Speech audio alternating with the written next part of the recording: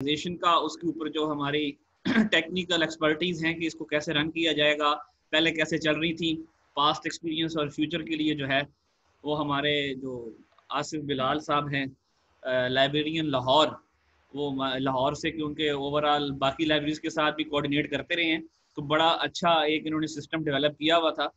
उसी सिलसिले में इनकी प्रेजेंटेशन होगी, और स्पेशली जो हमारे इन ई लाइब्रेरीज के जो डेजिग्नेटेड ऑफिसर्स हैं, सुपरवाइजर्स और एडमिनिस्ट्रेटर्स, उनके लिए ये बहुत इंपॉर्टेंट है, क्योंकि इसकी ऑपरेशनलाइजेशन में, इसकी मेंटेनेंस, इसकी सिक्योरिटी, तो जितनी भी एक्टिविटीज़ हैं उनको मॉनिटर करना, ये अब हमारे तहसील स्पोर्ट्स ऑफिसर्स को क्योंकि चार्ज दे दिया हम लोगों ने रिटर्न, उसी इसकी बड़ी इंपॉर्टेंस है कि उनको इसकी अंडरस्टैंडिंग होना कि इसकी ऑपरेशनलाइजेशन में कौन कौन से इश्यूज आ सकते हैं, और इनके अंदर हमारे मेंबर्स की कैसे क्या कंट्रीब्यूशन है, आप लोगों का क्या इसमें रोल है, आपने इसको कैसे मैनेज करना है, मेंबर्स को कैसे मैनेज करना है, इनकी जो कंप्यूटर सिस्टम्स हैं उनको कैसे ऑपरेट होते हैं, वहाँ पे ऑनलाइन ई लाइब्रेरी को कैसे फंक्शनल होती है, और उसकी हार्ड सॉफ्ट फॉर्म का रिकॉर्ड है। इस तरह की बहुत सी चीज़ें हैं जो टेक्निकल नेचर की हैं, जिनकी अंडरस्टैंडिंग डेवलप होना बहुत ज़रूरी है।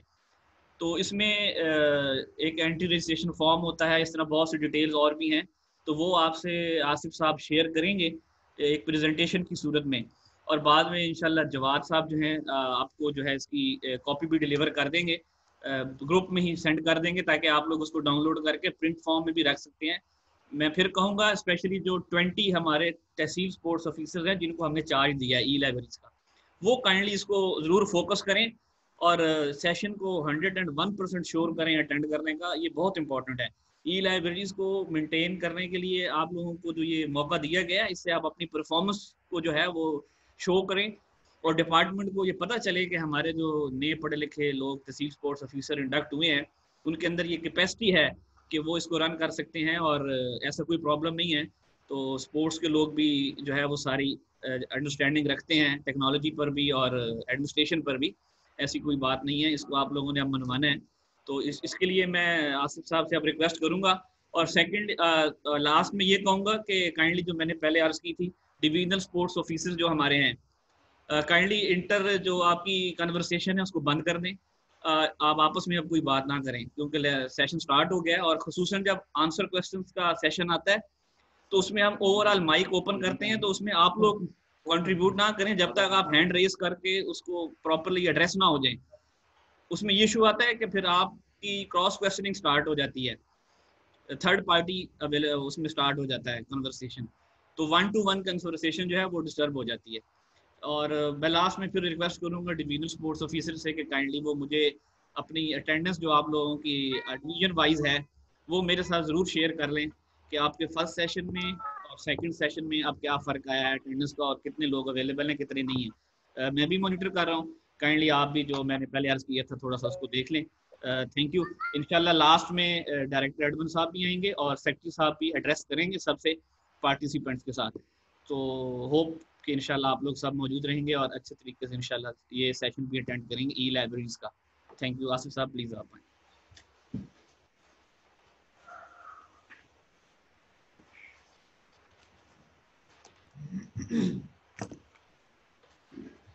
बिस्मिल्लाहिर्रहमानिर्रहीम।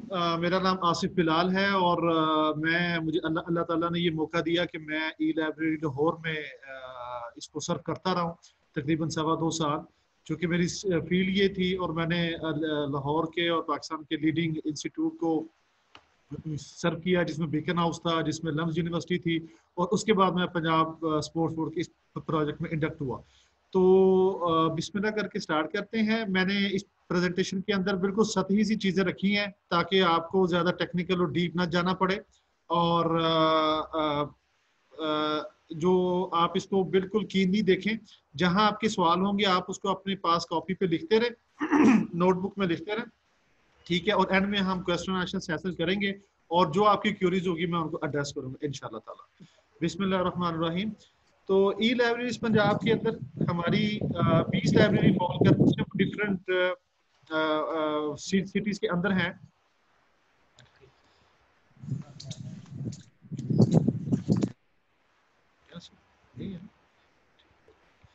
तो ये हमारा एक डेमो है कि जहाँ जहाँ हमारी लाइब्रेरीज फॉल करती हैं पंजाब के 20 शहरों में। आपको पता होना चाहिए कि अगर आपके पास कोई साहब, क्योंकि ये एक सोशल और कल्चरल हब के तौर पे भी है, कम्युनिटी सेंटर के तौर पे भी है, तो कोई भी आपके पास चल के आता है तो आपके फिंगर टिप्स पे हो कि आपके जो ये एजुकेशनल या जो लर्निंग हब्स हैं ये पंजाब के किन किन शहरों में वाक़ हैं।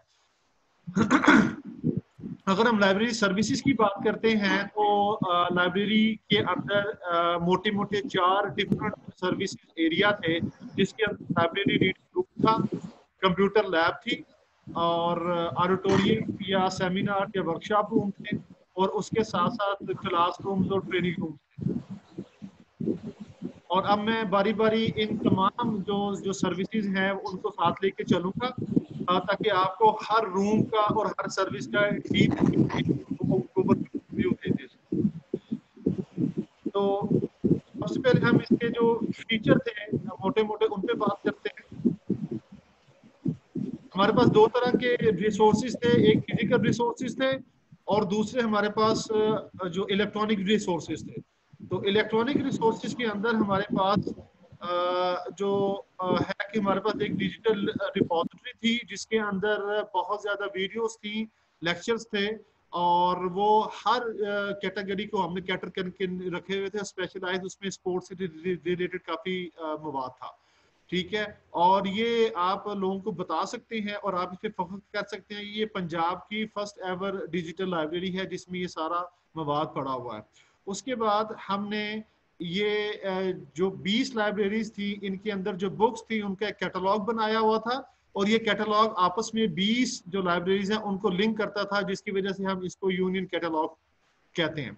यूनियन कैटलॉग का मतलब ये होता है कि अगर लाहौर ई लाइब्रेरी में आप बैठ के सर्च कर रहे हैं तो आप मुल्तान की ई लाइब्रेरी को भी यहीं से बैठ के सर्च कर सकते हैं, और आप पता चला सकते हैं कि मुल्तान की ई लाइब्रेरी में कौन कौन सी बुक्स पड़ी हुई हैं, और या बहावलपुर की लाइब्रेरी में कौन कौन सी बुक्स पड़ी हैं, या कौन कौन सा इलेक्ट्रॉनिक रिसोर्सेज है, तो वो आप यूनियन कैटलॉग में से वो सर्च कर सकते हैं। इसके साथ साथ जो 42,000 इलेक्ट्रॉनिक रिसोर्सेज थे जो हमारी डिजिटल रिपोजिटरी ऊपर पड़े हुए हैं, वो अगले जो पेजेस पे मैं आपको उसकी डेमो भी देता हूँ, उनका मैं आपसे लिंक भी शेयर करूंगा और बताऊंगा वो कहाँ कहाँ और किस किस तरह से एक्सेसिबल है। और इसी के साथ इसी इलेक्ट्रॉनिक कंटेंट में हमारे पास वीडियोस थी, फोटोग्राफ्स थे, ऑडियोज थे, और पाकिस्तान मूवमेंट से रिलेटेड काफी ज्यादा स्टाफ इसमें पड़ा हुआ था। अच्छा जी, ये ई रिसोर्सेज को फर्दर आगे लेके चलते हैं। हमारे पास फुल टेक्स्ट एक्सेस थी जी ई लाइब्रेरीज की, जिसके अंदर 145,000 ई बुक्स थी, तो 1 मिलियन के करीब ई थीसिस थे, और 13,000 स्टैंडर्ड्स थे, और 20,000 इलेक्ट्रॉनिक जर्नल्स थे। अब मैं आपको थोड़ा सा इनका डिफरेंशिएट बता दूं कि जो जो ई बुक्स होती हैं वो आपकी सिंपल जो प्रिंट बुक्स होती हैं, अगर हम उनका पीडीएफ बना के किसी सोर्स पे रख देते हैं, किसी सर्वर पे रख देते हैं, तो वो ई बुक होती है।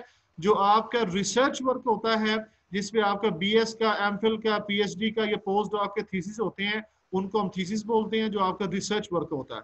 और जो स्टैंडर्ड्स होते हैं ये डिफरेंट किस्म के साइंस से रिलेटेड स्टैंडर्ड होते हैं। अगर मैं स्पोर्ट्स की बात करूं, जो स्पोर्ट्स के अंदर आपके डिफरेंट स्टैंडर्ड है, जिसमें एसओपीज है, सपोज आपका बैडमिंटन कोर्ट है तो उसके स्टैंडर्ड्स क्या हैं, उसकी मेजरमेंट क्या होती है, जो उसका नेट है उसके स्टैंडर्ड्स क्या हैं, तो इस तरह की चीजें इलेक्ट्रॉनिक रिसोर्सेज में शामिल की हुई है। और जो इलेक्ट्रॉनिक जर्नल्स होते हैं, ये जर्नल्स वो होते हैं जो आप जिनको हम मैगजीन्स कह सकते हैं। ठीक है, मैगजीन्स की जो इलेक्ट्रॉनिक फॉर्म होती है उनको हम जर्नल्स बोलते हैं, और ये जर्नल्स पीर रिव्यूड होते हैं, और इनके अंदर आपका स्कॉलरली वर्क शामिल होता है, और ये सारा स्टफ हमारे इलेक्ट्रॉनिक रिसोर्सेज में शामिल था। इसके अलावा चूंकि ये पिछला सेटअप था जिसमें पीआईटी भी शामिल था, तो उन्होंने उनका ई रोजगार प्रोग्राम भी हमारे कई जो ई लाइब्रेरीज के यूनिट है उनमें चल रहा था, जिसमें साहिवाल था, नारोवाल था, शेखुपुरा था।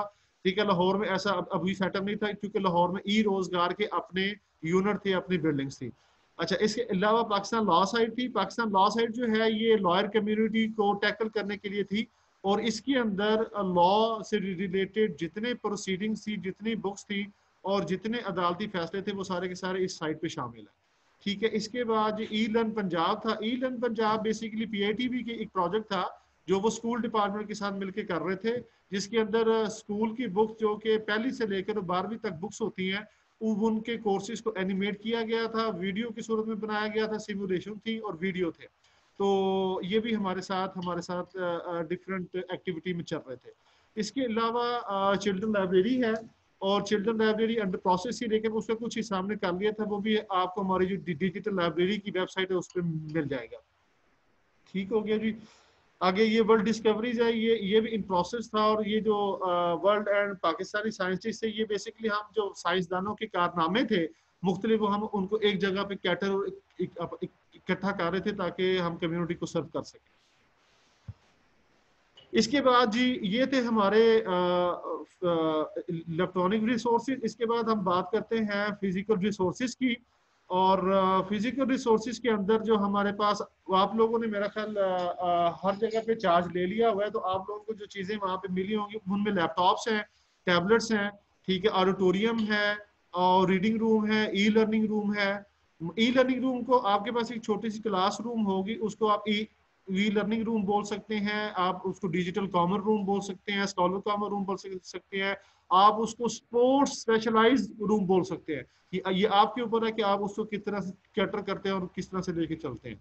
और इसके साथ साथ 3000 तकरीबन तकरीबन कमोबेश 3000 के करीब इलेक्ट्रॉनिक प्रिंट बुक्स थी, जो कि रीडिंग रूम या लाइब्रेरी के अंदर पड़ी हुई थी। ठीक है, और ये 3000 जो किताबें हैं, ये सारी की सारी आपकी डिफरेंट सेगमेंट्स के ऊपर हैं, जिनमें आपका लॉ भी आता है, आपका रिलीजन भी आता है, आपकी स्पोर्ट्स भी आती है, आपकी स्पोर्ट्स मेडिसिन भी आती है, आपकी लगी रीडिंग भी आती है, ठीक है, आपका फिलोसफी भी आता है। तमाम ये 3000 टाइटल के अंदर तकरीबन तमाम सेगमेंट्स ऑफ सोसाइटी को हमने कवर किया था। थोड़ी थोड़ी बुक्स आपको हर तरह के लोगों के लिए वहाँ पे मिल जाएंगी, और इसके साथ स्पोर्ट्स और हेल्थ रिलेटेड डॉक्यूमेंट्रीज और वीडियोस थे, ये भी हमने साथ रखे हुए थे।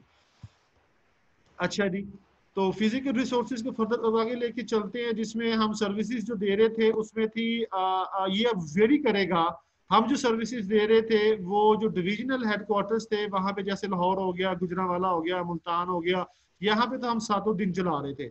हम स्टाफ को हमने मर्ज किया हुआ था, रोटेट किया हुआ था, और वो अपनी अपनी स्लॉट्स में आते थे, शिफ्ट्स में आते थे, और वो आके अपनी ड्यूटी पर परफॉर्म करते थे। तो उसमें हम सुबह 8 से रात 8 बजे तक चला करते थे, और मंडे टू मंडे हम लाइब्रेरी को चलाया करते थे, ताकि जो कम्युनिटी है, जो सेगमेंट्स ऑफ सोसाइटी है, वो हम मैक्सिमम उसको बेनिफिट कर सके। इसके साथ साथ हमारे पास इंटरनेट सर्विसेज थी, बिल्कुल फ्री दे रहे थे, फ्री मेंबरशिप थी, और सेमिनार्स हुआ करते थे, ऑनलाइन लेक्चर थे थ्रू वीडियो कॉन्फ्रेंसिंग। ये जिस तरह मैं आपके साथ बैठ के इंटरेक्ट कर रहा हूँ, जिस तरह स्पोर्ट्स बोर्ड आप घर में बैठे या आपके ऑफिस में बैठे इंटरेक्ट करता है, इसी तरह हम लाइब्रेरी में बैठ के कम्युनिटी के साथ, डिफरेंट लोगों के साथ इंटरेक्ट किया करते थे, जिसके ऊपर डिफरेंट काइंड ऑफ सेमिनार्स शामिल थे, जिसमें आप स्पोर्ट्स के ऊपर कह लें, डिफरेंट कोचिंग क्लासेस होती थी, लिंग्विस्टिक के ऊपर होता था, सोसाइटी के ऊपर अवेयरनेस सेशन होते थे, जिसमें मतलब रेस्क्यू का हो गया, फायर फाइटिंग का हो गया, इस तरह के लातादाद प्रोग्राम हम वीडियो कॉन्फ्रेंसिंग पे और फिजिकल भी करवाया करते थे।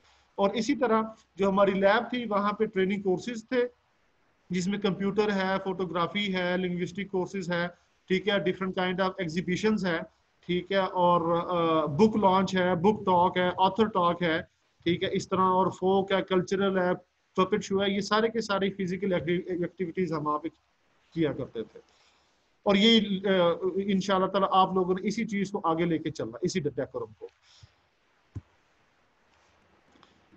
अच्छा, जो स्टार्ट में मैंने बात की कि हमारे पास 4 डिफरेंट और मेजर एरियाज थे, जिसमें लाइब्रेरी या रीडिंग रूम है, जिसमें लैब थी, जिसमें अपना ऑडिटोरियम रूम था, और क्लासरूम में लेक्चर रूम था। अब हम इंडिविजुअली उन रूम्स को, उन सर्विसेज को और उनसे जुड़े यूजर्स को अलग-अलग से लेके चलते हैं कि आपने किस तरह से उनको एडमिनिस्ट्रेशन करनी है, और यूजर आता है और वो लाइब्रेरी यूज करता है, तो आपने किस तरह से उनको साथ लेके चलना है।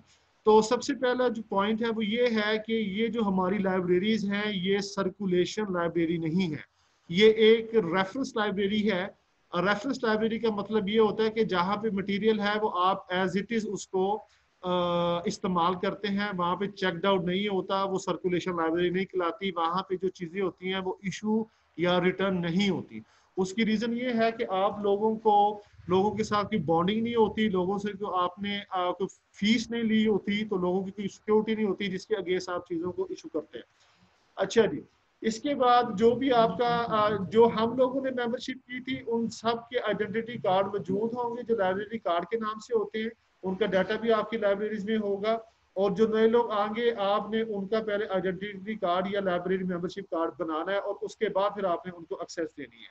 इस तरह जो ऑलरेडी लोग आते हैं, अगर आपकी अथॉरिटी या आपकी एडमिनिस्ट्रेशन आपको खोलती है, लाइब्रेरी खोलती है, तो जो लोग आपके पास आएंगे आपने उनको उनका कार्ड मेंबरशिप कार्ड पहले देखना है। अगर उनका कार्ड बना हुआ तो आपने उनको अलाउ करना है, अगर कार्ड नहीं बना हुआ तो आपने उनको अलाउ नहीं करना अनटिल अनलेस आप उनको नया कार्ड बना के ना दे दें। उसके बाद जब वो बंदा आ गया, उसके पास कार्ड है, कार्ड शो हो गया, तो आपने जो उनकी पर्सनल बिलोंगिंग्स हैं, जिसमें मोबाइल को छोड़ दें बाकी उनके बैग्स हैं, उनके पैक्स हैं, फूड्स हैं, ब्रीफ केसेस हैं, इवन कोई सर्दियां हैं तो उन्होंने ओवरकोट पहने हुए हैं, तो वो भी आपने कहना कि आप लाइब्रेरी की एंट्रेंस पे अपनी सेफ्टी पे, सेल्फ सेफ्टी पे आप उसको ड्रॉप कर दें। क्योंकि इस तरह अगर आप उनको अलाउ कर देंगे तो बुक थेफ्ट का या आपके इक्विपमेंट थेफ्ट का बहुत खतरा पैदा हो जाता है। ठीक है। और इसी तरह जब वो अंदर आएंगे तो चूंकि आपने उनको तमाम मटेरियल, तमाम बुक्स, तमाम वो हैंड्स आउट्स और लीव्स और मुहैया किए हुए हैं, लैपटॉप मुहैया किए हुए हैं, तो उनकी जो पर्सनल बिलोंगिंग्स के अंदर जो बुक्स हैं या इस तरह की चीज़ें हैं, आप उनको कहेंगे कि आप लाइब्रेरी के बाहर मेन गेट पे जो भी आप डेजिग्नेटेड एरिया चूज करेंगे वहाँ पे उनके आपने ड्रॉप करवाना है। इसके बाद जी लाइब्रेरी का जो दूसरी एडमिनिस्ट्रेशन है उसके अंदर आ जाती है कि लाइब्रेरी इज नॉट ईटिंग और स्लीपिंग, स्मोकिंग और इस तरह की चीज या कन्वर्सेशन वहाँ पे नहीं होती, क्योंकि आपने लोगों को एक कूजी और माहौल देना होता है जिसके अंदर पिन ड्रॉप साइलेंस होनी चाहिए। तो आप ये सारी चीजें उनसे वो दूर करवाएंगे और ये लाइब्रेरियन का ये इंचार्ज का काम होता है। उसके बाद आपका जब दिल चाहेगा आप किसी भी यूजर को पूछ सकते हैं कि उसके पास कोई ऐसी इम्ब्यूटेड चीज तो नहीं है, आप अगर कोई है तो आप उसकी इंस्पेक्शन कर सकते हैं। और फर्दर आगे चलें, आपने ये वहाँ पे ये भी एडमिनिस्ट्रेशन रखनी है कि जो लोग बैठ के आपकी चीजें यूज कर रहे हैं पर्टिकुलर बुक्स, तो वो उन बुक्स को अंडरलाइन ना करें। यूजुअली जो कम्पेटिटिव एग्जाम्स के लोग होते हैं ये एक तो सारा दिन बैठते हैं, इनको जो काम की चीज मिलती है ये उनको अंडरलाइन करते हैं, हाईलाइट करते हैं और समटाइम वो पेज भी टियर कर लेते हैं। तो आपने इन चीजों को अच्छी तरह से उन पे एक तो मतलब हर थोड़ी देर बाद चक्कर लगाते रहना है, कहीं बुक खराब तो नहीं कर रहे, डैमेज तो नहीं कर रहे, तो इस तरह की चीजें आपने जरा वो देखनी है। अच्छा जी, अगर जब लोग उठ के जाएंगे तो आपने उनको ओरिएंटेट करना है कि आप जितनी बुक्स को शेल्फ से निकालेंगे तो वो बुक्स आपने टेबल पे छोड़ जानी है, क्योंकि आपको पता होगा कि बुक्स कहाँ पे है, कहाँ पे आपने प्लेस करनी है, कहाँ पे इंसर्ट करनी है, उनको नहीं पता होगा। ठीक है, आप पी लें। तो आपको पता होगा कि आपने बुक्स को कहाँ पे दोबारा से इंसर्ट करना, कहाँ पे प्लेस बैक करना है। तो आपने लोगों से कहना कि आप बुक्स को टेबल पे छोड़ दें ताकि वो मिस शेल्फ ना कर दें, क्योंकि वहाँ पे लाइब्रेरी की जो टर्म है वो होती है डेवी डेसिमल क्लासिफिकेशन स्कीम। एक खास क्लासिफिकेशन स्कीम के तहत वो मैं यहाँ लाहौर का जो इंचार्ज है वसीम उसको बता भी जाऊंगा, डेमो भी दे जाऊंगा, वो आप लोगों को फर्दर कन्वे भी कर देगा कि किस तरह से आप बुक्स को शेल्फ के अंदर रखते हैं ताकि उनको रिट्रीवल में आसानी हो जाए। क्योंकि हमारा कैटलॉग मौजूद है, आपको फलसफा की बुक चाहिए तो आप वहां पे सर्च करेंगे, वो आपको कॉल नंबर देगा। कॉल नंबर वो होता है जो बुक किस पॉइंट पे हम प्लेस करते हैं कि ये बुक इस शेल्फ के इस रो के इस नंबर पे पड़ी हुई है। तो वो मैं इसको डेमो दे दूंगा, ये आपको कन्वे कर देगा, इनको वो इतनी बड़ी रॉकेट साइंस नहीं है। बहरहाल आपने अपने जो ऑडियंस है या यूजर्स है उनको कहना है कि आप बुक पढ़ने के बाद उसको आप टेबल पे छोड़ जाएंगे, आपने खुद से कहीं भी किसी प्लेस पे इंसर्ट नहीं करना। अच्छा, और उसके बाद चूंकि लाइब्रेरी एक पिन ड्रॉप साइलेंस होती है और यहाँ पे आपने एक डेकोरम बना के रखना होता है, तो लोगों के जो मोबाइल फोन्स हैं वो ऑफ रहेंगे, वो अगर ऑफ नहीं हो सकते तो वो कम से कम साइलेंट पे रहेंगे ताकि दूसरे लोग और इवन जो लाइब्रेरियन है वो उसे डिस्टर्ब ना हो। अच्छा जी, उसके बाद जो लोग आएंगे, जो लोग न्यू आते हैं और वो मेंबरशिप फॉर्म उन्होंने साइन करना होता है और अपनी इंफॉर्मेशन देनी होती है, तो आपका ये मैंने जवाब साहब को फॉर्म हैंड ओवर कर दिया है, आखिर पे आपको शो भी कर देंगे और शेयर भी कर देंगे उनमें। वो तो मेरा ख्याल हमने उसमें कोशिश की है कि मैक्सिमम इंफॉर्मेशन है ना किसी एक मेंबर की वो उसमें डाल सके।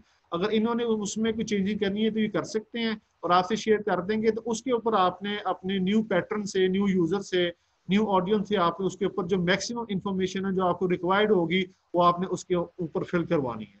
और अगर जो पुराना मेंबर है उसका कार्ड अगर मिसप्लेस हो जाता है तो आपने उससे कहना है कि वो इमीडिएट बेसिस पे आपको रिसेप्शन डेस्क पे या जहां भी मेंबरशिप एक्टिविटी हो रही है वहां पे रिपोर्ट करे, ताकि पिछला कार्ड उसको लॉक करके अब या ब्लॉक करके तो उसको नया नया कार्ड वो इशू किया जा सके। इसी तरह आपने वहां पे ये चीज अंडरस्टैंड करवानी है लोगों को कि अगर आपको कोई मटेरियल नहीं मिल रहा, कोई इलेक्ट्रॉनिक रिसोर्सेज नहीं मिल रहे, तो वो लाइब्रेरियन या जो भी लाइब्रेरी इंचार्ज होगा वो उससे करे और वो आप फिर उसके उनको हेल्प आउट कर सके उस चीज के बारे में। अच्छा जी। और चूंकि यहाँ पे लोग आते हैं वो डिफरेंट जो सेगमेंट से होते हैं, उनमें स्टूडेंट्स भी होते हैं, उनमें ओल्ड एज के भी होते हैं। तो ये हमारा और यूजर्स ये हम दोनों की जिम्मेदारी है कि हम एक दूसरे से बिल्कुल एहतराम के साथ, बहुत प्यार के साथ और बहुत अच्छे तरीके के साथ पेश आए। ना हम यूजर से एक्सपेक्ट करते हैं कि वो हार्श वेज यूज करें और ना हम अपने स्टाफ से और ना लाइब्रेरी इंचार्ज से एक्सपेक्ट करते हैं कि वो यूजर के साथ हार्श लैंग्वेज या इस तरह की वो मिसबिहेव लैंग्वेज यूज करें। अच्छा, और इसके साथ अगर चूंकि पब्लिक लाइब्रेरी है, हर तरह के लोग आते हैं, लोगों का अपना डेकोरम होता है, तो आपने लोगों के अंदर ये एजुकेट करना है कि जी ये लाइब्रेरी है, पब्लिक प्लेस है, तो ये आपने सीटिंग जो करनी है वो अपने घर के डाइनिंग रूम की तरह नहीं करनी कि आप फ्री स्टाइल में बैठे हैं और आप जैसे मर्जी बैठे हैं, क्योंकि खवातीन भी होती हैं, बच्चे भी होते हैं। तो जो यूजर्स बैठे हैं वो बड़े एडिक्वेट और अच्छी मैनर से बैठे ताकि दूसरों को भी अच्छा लगे। और अगर आपको कोई ऐसा नजर आता है तो आपने उसको पोलाइटली बताना है कि जी ये पब्लिक प्लेस है, तो आप यहाँ पे बहुत अच्छे वे से बैठे। क्योंकि ये सारी जो लाइब्रेरीज हैं, यहाँ पे मैं पॉइंट जो शायद मैं इसमें मेंशन करना भूल गया हूँ, मुझे अभी याद आ गया, ये जो कि हमारी सारी लाइब्रेरीज ये एडजेसेंट हैं स्पोर्ट्स कॉम्प्लेक्सेस के साथ साथ। तो ऐसा भी होता है कि जो खिलाड़ी हैं या स्पोर्ट्स पर्सनल्स हैं वो अपनी स्पोर्ट्स किट में, ट्राउजर्स, शर्ट्स में और शॉर्ट्स में इवन वो आ जाते हैं। तो शॉर्ट अलाउ नहीं है, ना ही करने हैं, क्योंकि उससे आपका डेकोरम खराब होता है। आपके अपने साथ भी फीमेल स्टाफ है, फीमेल यूजर्स भी होते हैं, तो वो फिर काफी वहां पे यानी इम्बेलिशमेंट सूरत पैदा हो जाती है। तो इस चीज का आपने ख्याल करना है। बाकी आजकल तो वैसे ही वो पेंडेमिक की वजह से लाइब्रेरी क्लोज है, लेकिन जो भी आपकी पॉलिसी होगी वो आपकी अथॉरिटी आपको बता देगी। हमारी लाइब्रेरी पब्लिक हॉलीडेज के दौरान बंद हुआ करती थी। अच्छा, इसके बाद अगर यूजर से कोई डैमेज हो जाती है, कोई बुक थेफ्ट हो जाती है, बुक थेफ्ट का तो केस बिल्कुल भी बनता, क्योंकि वहां पे RFID गेट लगे हुए हैं। वो आपने कोशिश करनी है कि सुबह आते साथ ही आप गेट को ऑन कर दिया करें और एक दफा बुक गुजार के देख लिया करें कि वो प्रॉपर्ली ऑन हो गया है। उसकी रीजन ये है कि अगर आप बुक गुजारेंगे तो गेट बीप करेगा। और ये सारी इंफॉर्मेशन आपके साथ जिस बंदे ने आपको हैंडी टेकिंग दी है, आप उससे इन सारी चीजों की आपने डिमॉन्स्ट्रेशन भी लेनी है। ठीक है, अगर कोई बुक थेफ्ट होगी, कोई पेज खराब हो गया, कोई लैपटॉप खराब हो गया, कोई भी इक्विपमेंट खराब होता है, कोई गैजेट खराब होता है, तो आपने जो डैमेज है उस रेस्पेक्ट उस बंदे से चार्ज करना है और बड़ा टैक्टफुली चार्ज करना है, क्योंकि ये हम मेंबरशिप फ्री ऑफर करते हैं। हम हमारे पास उनकी कोई सिक्योरिटी, कोई डिपॉजिट चीज नहीं होती, तो हम उनको उस तरह से प्रेशराइज नहीं कर सकते। तो आपने बड़ा टैक्टफुली उनको डील करके तो इस तरह करना है। इसी तरह आपने उनको ओरिएंटेट करना है कि जी जो स्टाफ है वो आपको फ्री ऑफ कॉस्ट सर्विसेज दे रहा है, तो आपने स्टाफ के साथ फुली जो है ना वो कोऑपरेट करना है इन एवरी मीन्स। और इसी तरह हमारे पास चूंकि डिफरेंट सेगमेंट से लोग आते हैं, जिसमें डिसेबल्स भी होते हैं और सीनियर सिटीजन भी होते हैं। तो आपकी कोशिश होनी चाहिए कि जो ये सेगमेंट्स हैं जो मोस्ट निगलेक्टेड होते हैं, जिनमें सीनियर सिटीजन भी हैं और डिसेबल पर्सन भी होते हैं, आपने उनको आउट ऑफ द वे जाके सर्विसेज देनी है। अगर वो मतलब पैरालाइज हैं, वो हिल नहीं सकते, वो व्हील चेयर पे हैं, तो आप खुद उनसे पूछें कि आपको किस किस्म का मटेरियल चाहिए। इसको हम लाइब्रेरी साइंस की टर्म में ना एक रेफरेंस इंटरव्यू कहते हैं। रेफरेंस इंटरव्यू वो होता है कि आप यूजर को अपने सामने बिठा लेते हैं और उसको फिर इंक्वायर करते हैं कि जी आप किस फील्ड से हैं, आप स्टूडेंट हैं या आप रिसर्चर हैं या आप वैसे शौकिया मुताला करने आए हैं। तो आप एक रेफरेंस इंटरव्यू करके उनकी क्यूरीज को पूछ के तो रेलेवेंट मटेरियल उनके हैंड ओवर करते हैं। इसी तरह सीनियर सिटीजन है और वो चूंकि हमारे माशरे का बुजुर्ग होते हैं और हमने उसी तरह जैसे हम अपने पेरेंट्स की अपने घरों में अपने बुजुर्गों की करते हैं, इसी तरह अपने सीनियर सिटीजन को खुद रिसीव करके तो उनको जगह पे बिठाना है। समटाइम ऐसा होता है कि आपकी लाइब्रेरी फिल होती है, कोई भी सीट नहीं होती, तो आपने उनको सीटिंग के अंदर की भी अकोमोडेट करना है ताकि आप उनको एक लॉयल्टी फील हो और वो आगे जाके आप लोगों की मार्केटिंग करें। अच्छा, ये था जी जो हमारी जो रीडिंग रूम था, लाइब्रेरी थी जहाँ पे प्रिंट बुक्स पढ़ी हैं, ये उसका डेकोरम था और उससे रिलेटेड जो चीज़ें थी मोटी मोटी वो मैंने आपसे शेयर कर दी। और अब हम बात करेंगे जो कंप्यूटर लैब एडमिनिस्ट्रेशन है उसकी। अच्छा, यहाँ तक कोई सवाल था रीडिंग रूम यूजर, वो आप वहाँ पे लिख लें, मैं आगे चलता हूँ, फिर जो बाकी कंपोनेंट्स को हम पूरे करके तो एंड में इंशाल्लाह ताला मैं आपकी क्यूरीज को आंसर करूंगा। अच्छा जी, कंप्यूटर लैब है ये आपकी लाइब्रेरी का सबसे जो है ना डिग्नी एरिया है। लोग जो ज्यादा है वो यहाँ पे आके बैठते हैं। मुझे चूंकि मैं बाकी लाइब्रेरी से इंटरेक्ट करता रहता था, लाहौर में था, इसलिए लोग चीज़ें पूछते थे तो मुझे बड़ी खुशी होती थी, क्योंकि छोटे शहरों में या बाकी जगहों पे लोग बड़ा इंटरेक्ट करते थे। वहाँ पे जो हमारे टैब्स थे, लैपटॉप्स थे और वहाँ बड़ा रश होता था। तो वहां आपने सबसे अच्छा डेकोरम बना के रखना है, कूजी माहौल बना के रखना है और लोगों के अंदर ये चीजें इम्प्लांट करनी है कि वो जो आपकी टैब्स हैं या आपके लैपटॉप्स हैं उनको वो बिल्कुल भी जो उनकी कॉन्फ़िगरेशन है वो खराब ना करें। यूजुअली होता ये है कि लोग आके बैठते हैं, आप उनको लॉग इन करके देते हैं, उसके अंदर वो अपने से रिलेटेड प्रोग्राम या सॉफ्टवेयर डाउनलोड करते हैं और आपकी सारी सेटिंग को खराब करके चले जाते हैं। तो ये चीजें आपने उसमें करनी है। उसके बाद फिर आपने ये चीजें देखनी है कि जो गवर्नमेंट ऑफ पाकिस्तान का जो कोड ऑफ कंडक्ट है आईटी से रिलेटेड और उसकी एप्लीकेशन से रिलेटेड, वो वहां पे लोग उसको डिस्टर्ब ना करें। इसी तरह जो आपका फर्नीचर है, कंप्यूटर सेटिंग है, कंप्यूटर हार्डवेयर है, ठीक है, लोग उनमें से चीजें ना तो निकालें ना उनको डैमेज करें। यूजुअली होता ही है कि लैपटॉप के पीछे बैटरी होती है, वो रिमूवेबल होती है, लोग उसको निकाल सकते हैं या उसको मिसप्लेस कर सकते हैं, तो वो चीजें आप देखनी है। इसी तरह जो चार्जर्स हैं वो आपने जब यूजर उठे तो आपने अपनी चीजें वहां पे देखनी है कि बैटरी पीछे लगी हुई है और चार्जर भी उसके साथ फिक्स्ड है। और इसके बाद जी आपने ये भी ध्यान रखना है कि वो आपकी लैब इक्विपमेंट जिसके अंदर आपका एक चार्जिंग कैबिनेट है जिसके अंदर टैब्स चार्ज हो रही होती हैं उसको डिस्टर्ब ना करें और लैपटॉप के अंदर कोई इस तरह की चीजें ना करें। तो ये आपने खास तौर पे बार बार उठ के उनके पास नहीं जाना। आपका जो बंदा, जो रिप्रेजेंटेटिव, जो लाइब्रेरी मेंबर, स्टाफ मेंबर वहां बैठा होगा, आपने उनको ये स्टाफ मेंबर को एजुकेट करना है कि हर 10-15 मिनट बाद उठ के जाए और ये ध्यान करे कि वो लैपटॉप के साथ कोई छेड़खानी तो नहीं कर रहा, वो अदर देन एजुकेशन कोई और काम तो नहीं कर रहा। ठीक है, ये आपने बड़े अच्छे तरीके से इन चीजों को देखना है जी। नेक्स्ट जी, तो उसके बाद आपकी जो पोजीशंस है वो आपने सेट की होती है कि फलान लैपटॉप है उसके अंदर ई लर्न का चीजें हैं वो यहाँ पड़ा होगा, फलान लैपटॉप के अंदर इलेक्ट्रॉनिक बुक्स हैं वो आपने फलां कॉर्नर पे रखी हैं। तो आपने ये चीजें लोगों में और यूजर में एजुकेट करनी है कि आपकी वो डिस्टर्बेंस ना हो। जो ओरिजिनल पोजीशन है लैपटॉप की जो आपने अपने मुताबिक की है टैब्स की, लोग उनको रीलोकेट ना करें। इसी तरह जो आपका लाइब्रेरी जो लैपटॉप के अंदर आपने स्टफ रखा हुआ है, कोई स्पोर्ट्स से रिलेटेड कोई सॉफ्टवेयर डाला है, कोई स्पोर्ट्स से रिलेटेड कोई वीडियोस डाली है, बुक्स डाली है, लोग उनको डिस्टर्ब ना करें, रिमूव ना करें वहां से। इसी तरह जो उसकी सेटिंग्स हैं, जो एडमिनिस्ट्रेटर की सेटिंग्स है वो भी खराब ना करें।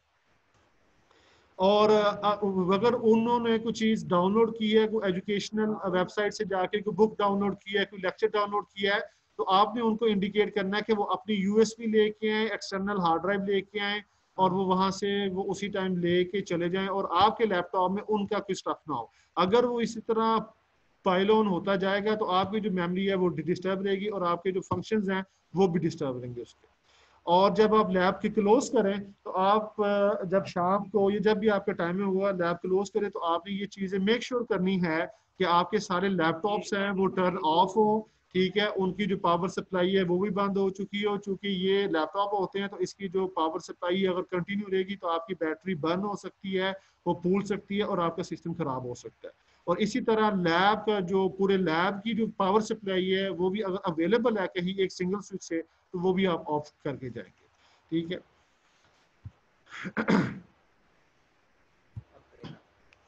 अच्छा जी, अब हम इलेक्ट्रॉनिक रिसोर्सेज के अंदर यूजर रिस्ट्रिक्शन की बात करेंगे कि जो हमारे यूजर्स हैं उसको आपने किन किन चीज़ों की परमिशन देनी है और किन किन चीज़ों की परमिशन नहीं देनी। तो सबसे पहले हम यूजर परमिटेड की बात करेंगे कि आपने जिन चीज़ों की परमिशन देनी है उसके अंदर आपके हैं जो सर्चिंग है, व्यूइंग है, डाउनलोडिंग है, रीडिंग है, और हर वो डॉक्यूमेंट जो कि एजुकेशन कैटेगरी के अंदर फॉल करता है, जिसमें इंडिविजुअल आर्टिकल भी हो सकते हैं, जिसमें ई बुक्स भी हो सकती हैं, जिसमें स्कॉलरली वर्क भी हो सकता है और थीसिस भी हो सकते हैं, हर वो डिजिटल कंटेंट आप लोगों को अलाउ करेंगे और करना है जिसके अंदर मतलब एजुकेशन जो साइट है उनके अंदर। और इसी तरह जो पीयर रिव्यूड जर्नल्स होते हैं, प्रोफेशनल हो गए, साइंटिफिक हो गए, आपके सपोर्ट्स के हो गए, आपने उन तक उनको रसाई के लिए अप्रोच देनी है और परमिशन देनी है।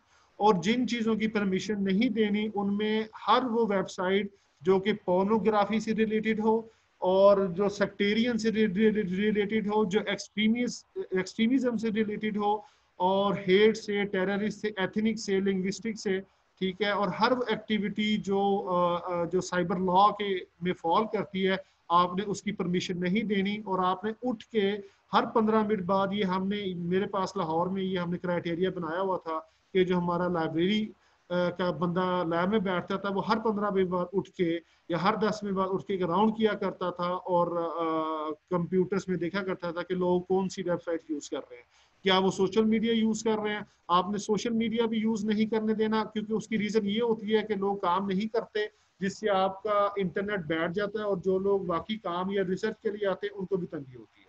और इसी तरह और हर वो एक्टिविटी जो साइबर लॉ को वायलेट करे, डिस्टर्ब करे और आपके ऊपर बात आए, आपने उसकी परमिशन नहीं देनी। इसी तरह कुछ एक्टिविटी हमने मॉनिटर की कि जो कुछ आईटी के लोग जो एक्सपर्ट्स होते हैं वो क्या करते हैं कि वो बल्क में डाटा डाउनलोड करते हैं, जिससे हमारी इंटरनेट की जो बैंडविड्थ है वो खराब हो जाती है। ये चीज़ें आप लोगों को परमिट नहीं करनी। इसी तरह हर वो काम जो एजुकेशनल वेबसाइट के अंदर है लेकिन हमने उसकी परमिशन नहीं ली हुई, हमने उसकी सब्सक्रिप्शन नहीं ली हुई, तो लोग क्या करते हैं कि वो आईपी को यूज करके वो क्या कहते हैं उसको, मेरे ज़हन से निकल गया, हाँ, लोग वीपीएन को यूज करके तो वहां से चीजों को डाउनलोड करते हैं। ये भी साइबर लॉस के अगेंस्ट है, तो आपने इस चीज का भी बड़ा ख्याल करना है।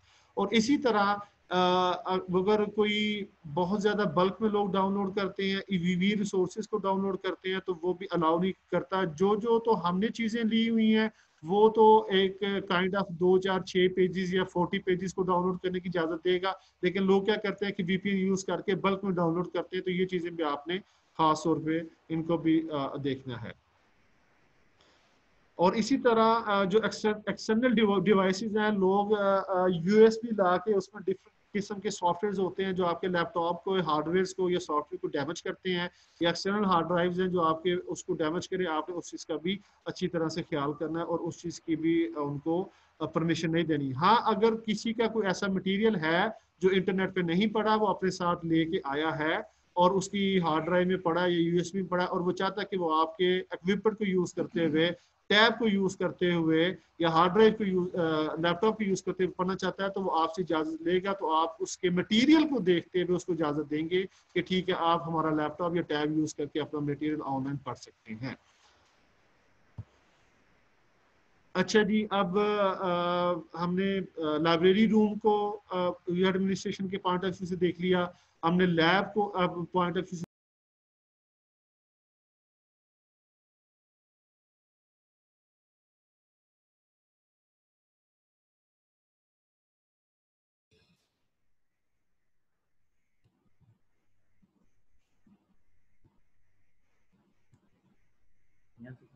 नेक्स्ट थे जी, हम ऑडिटोरियम पे आ चुके थे।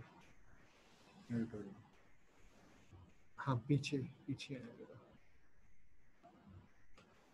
नहीं, पीछे थे, फर्स्ट ऑडिटोरियम की फर्स्ट थी ये। अच्छा अच्छा, ठीक है, वो कॉर्नर पे नीचे है, पीछे आ ये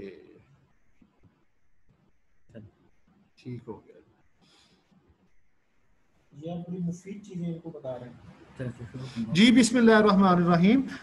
जी शुरू करते हैं। जो हमारा थर्ड और सबसे अहम पार्ट था, चूंकि ये वो सेगमेंट है जो लाइब्रेरीज में नया इंडक्ट हुआ था, ऑडिटोरियम वाला, और इसी ऑडिटोरियम की वजह से एक लार्ज नंबर ऑफ सेगमेंट्स ने हमारे साथ इंटरेक्ट किया और हमने हर तरह की एक्टिविटीज जिसके अंदर डिफरेंट किस्म के अवेयरनेस सेशंस थे, जिसमें लोगों की ट्रेनिंग्स थी और जिसमें अदबी वो थी, जिसमें शायरी थी और स्पोर्ट्स से रिलेटेड हर तरह के इवेंट यहाँ पे हमने मुनक्कद करवाए। जो इसका साबका SOP चल रहा था वो ये था कि सबसे पहले जो भी आपके पास रिक्वेस्टर आता था, जो हमारे पास रिक्वेस्टर आता था, हम एक तो फोन पे रिजर्वेशन नहीं करते थे, हम उसको बुलाया करते थे कि जी आपने जिस किस्म की भी एक्टिविटी करनी है तो हमारे पास आए, फिर हम बैठ के देखते हैं कि हमारे पास आपका जो स्लॉट मांग रहे हैं अवेलेबल है कि नहीं है। तो सबसे पहले आपने क्या काम करना है कि जो भी आपको ऑडिटोरियम के पॉइंट ऑफ व्यू से अप्रोच करे, आप उन्हें कहें जी आप जहमत करके हमारे पास तशरीफ लेके आए, हम एक आपका रेफरेंस इंटरव्यू करेंगे। उस रेफरेंस इंटरव्यू में आपने करना ये है कि उन लोगों को बिठाना है, पानी पूछना, चाय पूछनी है और उनके आने का पर्पस पूछना है। फिर वो बताएंगे जी हम यहाँ पे स्पोर्ट्स के ऊपर ये काम करना चाह रहे हैं, हम यहाँ पे लोगों के ऊपर अवेयरनेस सेशन करना चाह रहे हैं। जो भी आपको बताएंगे आपने फिर उनसे एक इंटरव्यू कर लेना कि VIP लोग कितने होंगे, आपकी ऑडियंस कितनी होगी, क्योंकि लाहौर छोड़ के बाकी जगहों पे जो मेरी इतला है या मुझे पता है वो 40 to 50 सीटिंग कैपेसिटी के ऑडिटोरियम है। लाहौर में 160 प्लस का ऑडिटोरियम है। तो आपने उस हिसाब से फिर उनको कन्वे करना है कि आपकी जो ऑडियंस होगी वो 40 to 50 होगी, ताकि लाइब्रेरी के अंदर ज्यादा रश ना हो। तो ये सारी चीजें आपने रेफरेंस इंटरव्यू के अंदर टाई अप कर लेनी है। इसी के साथ साथ आपने उनसे एक राइटिंग एप्लीकेशन लेनी है उनके लेटर हेड पे, ठीक है, कि आप हमें राइटिंग दें, रिक्वेस्ट करें कि हमने आपका ऑडिटोरियम यूज करना है, और वो आपकी जो भी अथॉरिटी होगी, लाइब्रेरी इंचार्ज, हम हमारे पास जो था SOP वो ये था कि हम अरफा करीम टावर में भेजा करते थे और वहां से अप्रूवल आती थी, साथ में एक फॉर्म अटैच्ड होता था, वो फॉर्म भी आपको मिल जाएगा। तो यहाँ आपका DSO या DO या जो भी रिस्पेक्टिव अथॉरिटी आपके ऊपर होगी, आप उनके साथ शेयर करेंगे कि ये फलां पार्टी मेरे पास आई है और ये यहाँ पे एक स्पोर्ट्स के ऊपर या कोचिंग के ऊपर या शायरी के ऊपर या कोई बुक लॉन्च करना चाहती है या कुछ और ऐसा प्रोग्राम जो कि सोसाइटी के लिए बेनिफिट है वो करना चाहती है। तो और ये मैंने इनसे सारी इंफॉर्मेशन ले ली है और ये फॉर्म पे लिख दी है, तो आप इसको गो थ्रू कर लें।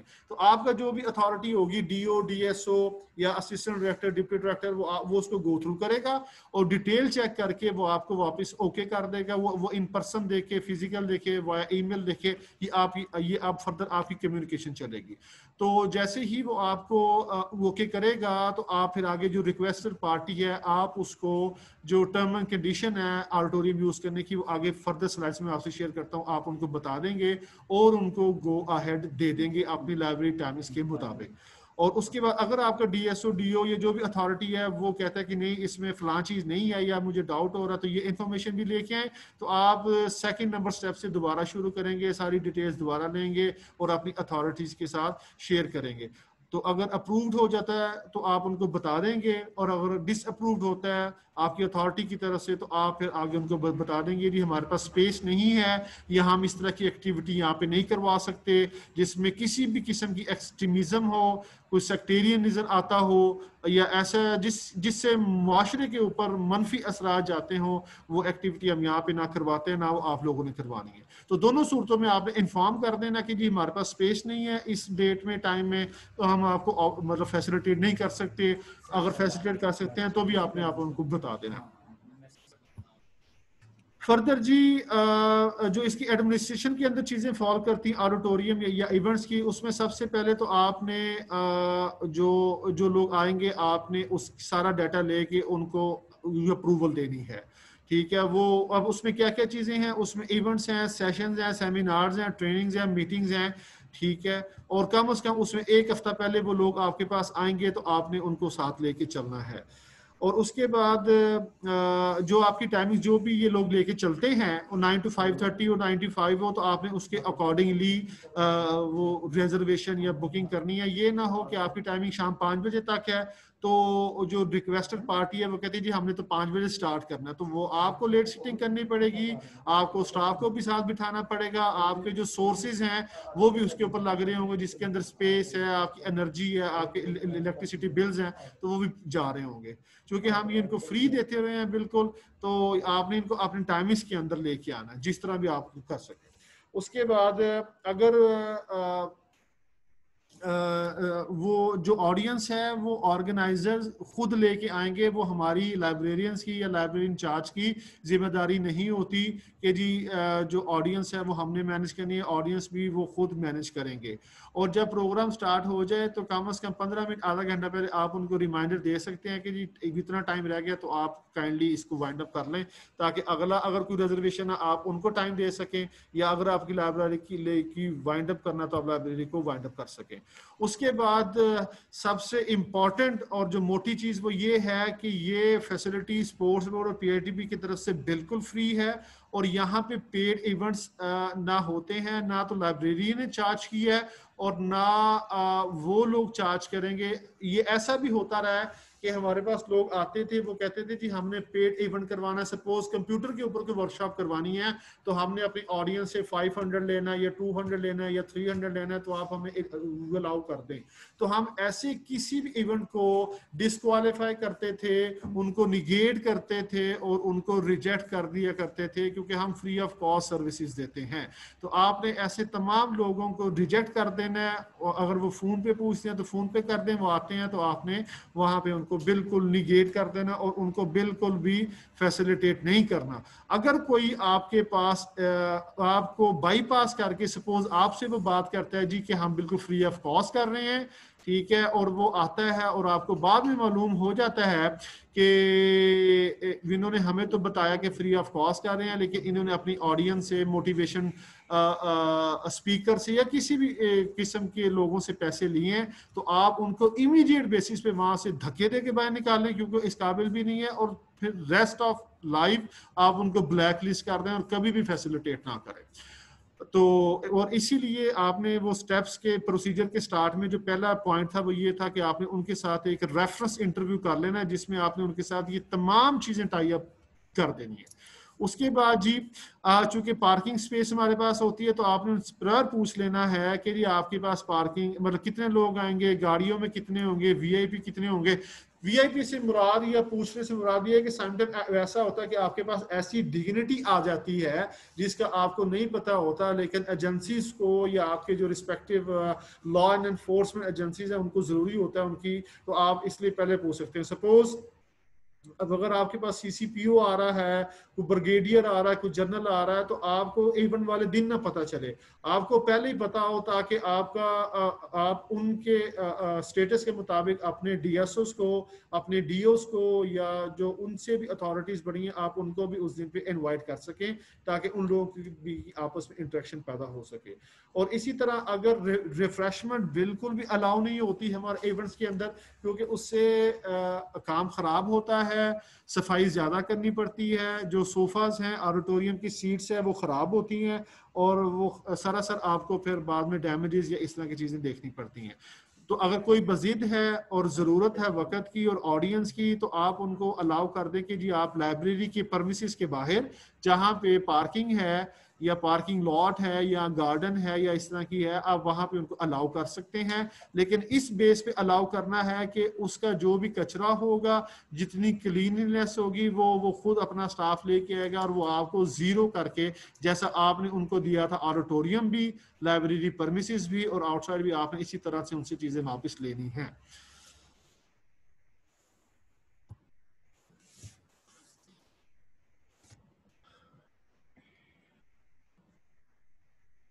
अच्छा, इसी तरह आपने जो भी लोग आते हैं आपके पास इवेंट करने के लिए, तो ये आपकी लाइब्रेरी का एक बहुत इंपॉर्टेंट मार्केटिंग पर्पस भी होता है। तो आपने क्या करना है, एक तो उनसे ये कमिट करना है कि वो जितने फ्लायर्स बनाते हैं, जितनी सोशल मीडिया कैंपेन करते हैं, जितनी अपनी ब्रोशर्स बनाते हैं, उन पे आपने अपनी अपनी रिस्पेक्टिव ई लाइब्रेरीज का नाम जरूर लिखवाना है, उनकी सारी बैकड्रॉप्स पे, उनके फ्लायर्स पे, ताकि आपकी मार्केटिंग भी साथ साथ चले। और उनसे ये लिखवाना है in cooperation with e library Multan, in cooperation with e library Lahore, in cooperation with e library Bahawalpur, इस तरह के सेंटेंस आपने उनसे लिखवाने हैं। और इसी तरह आपने कोशिश भी करनी है, क्योंकि फ्री मेंबरशिप चल रही है, आगे फर्दर पता नहीं क्या करते हैं, लेकिन जब तक फ्री है तो जितने भी ऑर्गेनाइजर्स या विजिटर्स आपके पास इवेंट्स के लिए आते हैं, आपने उनसे भी मेंबरशिप करवानी है ताकि आपकी मेंबरशिप के पूल में मैक्सिमम लोग आ सके।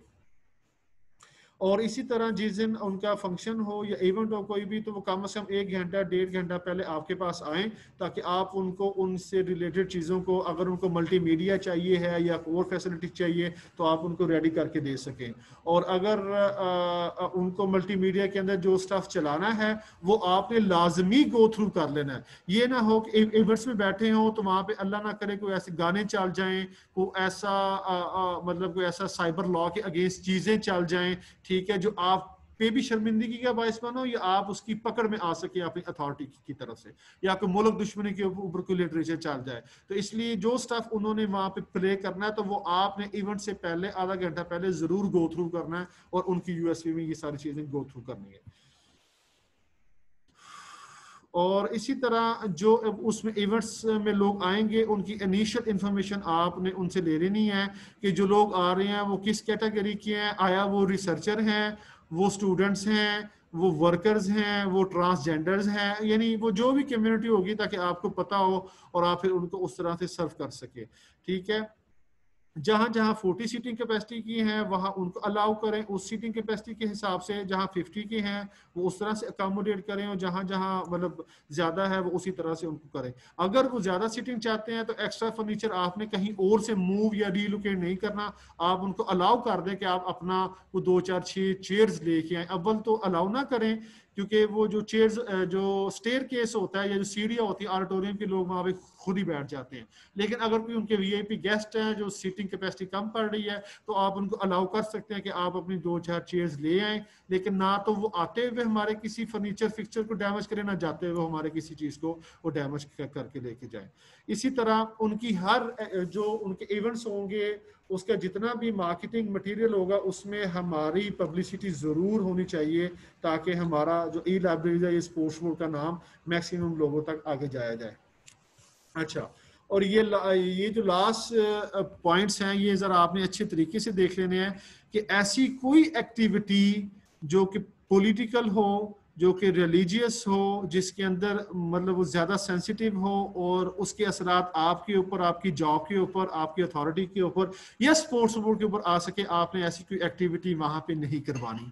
और ये सारी स्क्रीनिंग आपने जो पहला रेफरेंस इंटरव्यू होगा उसके अंदर बिठा के पार्टी के साथ कर लेनी है। ठीक है, ताकि बाद में आपको शर्मिंदगी ना हो, ना आप किसी पकड़ में आ सके।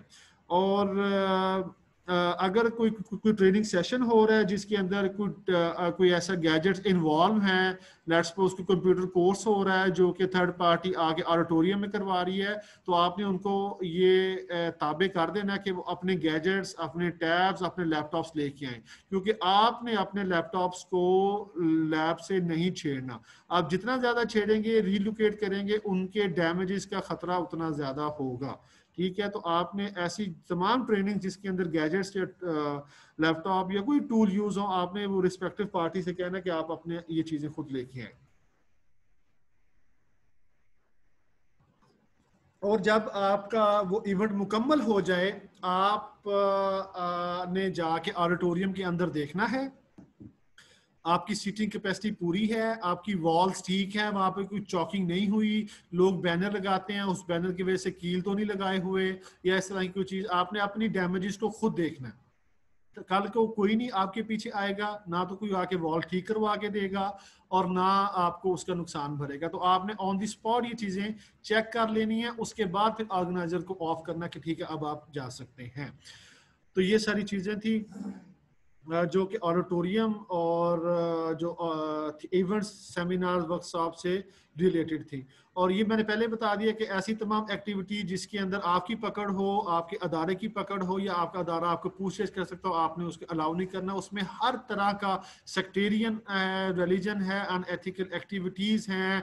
मतलब सपोज समटाइम ऐसा हो सकता है कि 14 अगस्त आ रहा है, तो आपके पास लोग हैं जी हमने 14 अगस्त पे वो करना है, एक कल्चरल शो करना है जिसमें बच्चे आएंगे, वो मेरी नगमों पे परफॉर्म करेंगे, तो या कोई कल्चरल शो है जिसके अंदर फनकार आएंगे, वो बैठेंगे बात करेंगे। तो ऐसा भी होता है कि वो मिली नगमों के अंदर वो एक परफॉर्म करते करते वो डांस की तरफ चले जाते हैं या इस तरह की तरफ चले जाते हैं। ये चीज़ें आपने, या सपोज कोई सूफी उस पर प्रोग्राम चल रहा है, तो सूफी के ऊपर बात करते हुए कोई ऐसा वो सॉन्ग चला दिया गया, उस पर डांस हो गया, तो इस तरह की सारी एक्टिविटीज़ आपने मॉनिटर करनी है। आपने गाहे बगाहे जो इवेंट चल रहा होता है उसमें खुद भी चक्कर लगाना है। और बल्कि एक मज़े की चीज़ मुझे याद आ गई, आपने हर इवेंट के अंदर एक कोई 2-4 मिनट का अपना टाइम रखना है जिसके अंदर आपने इनकी अफादियत के ऊपर, जो ई लाइब्रेरीज का बनाने का मकसद, इनकी अफादियत के ऊपर, इनकी इंपॉर्टेंस के ऊपर और सोसाइटी पे जो इसके इम्पैक्ट आए हैं वो आपने बताने हैं। ये आपका मार्केटिंग टूल होता है। आपने उसको एंड में रखना है या शुरू में रखना है, या आपने ऑर्गेनाइजर से पहले टैग कर लेना है। ठीक है, वो भी मैं कोई ना कोई पीपीटी बना के जवाब साहब से शेयर कर दूंगा। आप वो पीपीटी चला दें ई लाइब्रेरी की, आप खुद वो 2-4 मिनट वहाँ पे बोल लें। उससे क्या होगा कि आपके अपने अंदर भी कॉन्फिडेंस आएगा, आप बोलने वाले हो जाएंगे। कल को आपने अपने इवेंट्स भी करवाने हैं स्पोर्ट्स के, कोचिंग के, तो आप वहाँ पे मैनेज कर सकेंगे। और दूसरा, जो जितने लोग आएंगे उसको आप मार्केट करके भेजेंगे। ठीक है, और सबसे इम्पॉर्टेंट चीज़ के चूँकि लाइब्रेरी रूम बिल्कुल एडजेसेंट होता है ऑडिटोरियम के साथ, तो समटाइम वहाँ पे शोर होता है, तो आपके जो यूजर्स होते हैं, जो आपके असल जिनके लिए लाइब्रेरीज बनी है, जो यूजर्स हैं जो बैठ के पढ़ने आते हैं, वो डिस्टर्ब होते हैं। तो आपने ये वहाँ पे मतलब सख्ती से उनको कहना है कि जी जो अंदर का शोर है, जो अंदर का डेकोरम है, वो ऑडिटोरियम के जो दरवाज़ों से बाहर ना आए। अगर आता है तो आप उनको एक दफ़ा प्यार से समझा दें, दूसरी तरफ समझा दें, तीसरी दफ़ा आप लाइट्स वगैरह ऑफ करके इस तरह कर सकते हैं। लेकिन ये चीज़ें ग्रेजुअली करनी है, मतलब फर्स्ट हैंड पे ऐसा आपने नहीं करना। अच्छा, यहाँ तक था जी हमारा सारा कुछ, जिसके अंदर हमने लाइब्रेरी को डिस्कस किया, उससे रिलेटेड एडमिनिस्ट्रेटिव इश्यूज को, यूजर्स को, इसी तरह लैब को डिस्कस किया, कंप्यूटर्स को डिस्कस किया, लैब्स, और उसके बाद फिर इलेक्ट्रॉनिक रिसोर्सेज को देखा, और फिर हमने जो इवेंट्स ऑडिटोरियम है उसको देखा, और उससे रिलेटेड मोटी मोटी चीज़ें थी वो मैंने आपसे शेयर कर दी। अच्छा, ये हमारे ई लाइब्रेरी के इम्पोर्टेंट लिंक्स हैं जिसके अंदर हमारी चीज़ें पड़ी भी हुई हैं। तो ऐसा भी ओपन हो सकता है, ये मैं फर्दर ये ओपन करता हूँ और वहाँ पे जाके आपको डेमो देता हूँ।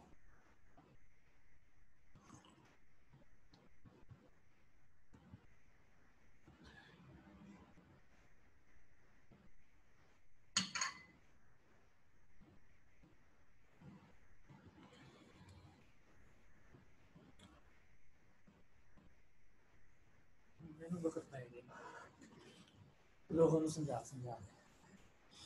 ये जो फर्स्ट लिंक था, ये मोटी मोटी चीज़ें हैं, 3-4 ये आपने अपनी फिंगर टिप्स पे याद रखनी है। जैसे आपकी स्पोर्ट्स बोर्ड की वेबसाइट है, स्पोर्ट्स बोर्ड का सोशल मीडिया पेज है, इसी तरह ये 3-4 वेबसाइट्स हैं। ये है elibrary.punjab.gov.pk। इस पे आपका सारा स्टफ पड़ा हुआ है। ये बड़ी इंटरेक्टिव किस्म की वेबसाइट है। इस पे आप अगर फर्स्ट टैब में आते हैं तो इसमें आपकी लाइब्रेरी से रिलेटेड काफ़ी चीज़ें हैं, जो ओवरव्यू, फंक्शन, ऑब्जेक्टिव है, ये सारी चीज़ें। ये जो 2-4 मिनट आपने बोलना है हर जो आपका इवेंट होगा उसके स्टार्ट में, उसका सारा स्टफ आपको यहाँ पे ओवरव्यू में और इसके फंक्शन और ऑब्जेक्टिव में मिल जाएगा। और मेरी ये आपसे रिक्वेस्ट है कि आपने इन वेबसाइट को, ये जो लाइब्रेरी की वेबसाइट है, इसको आपने डिटेल से देख लेना है, ताकि आपके ऊपर इसका मिशन, विजन और इसके जो ऑब्जेक्टिव हैं, इसके आउटकम है, वो सारे वाज़ेह हो सके। जो सर्विसेज आप दे रहे हैं या जो चल रही थी वो भी स्टेप्स के अंदर आ जाएगा। और इसके साथ साथ जो रिसोर्सेज पड़े हुए हैं इसके अंदर, खा वो इलेक्ट्रॉनिक है या दूसरे हैं, ये सारी आपको, ये जो फर्स्ट नंबर पे है ये प्रिंट बुक्स की लिस्ट है जो कमोबेश ±3000 बुक्स हैं वो है। उसके नीचे यूनियन कैटलॉग है, ये इसके अंदर जाके आप बुक सर्च कर सकते हैं। नीचे जो ऑनलाइन रिसोर्सेज हैं, जो HEC के डाटा बेसिस हमारे साथ इन लिंक्ड है वो हैं। लेट्स सपोज ये मैं ये पंजाब डिजिटल लाइब्रेरी है।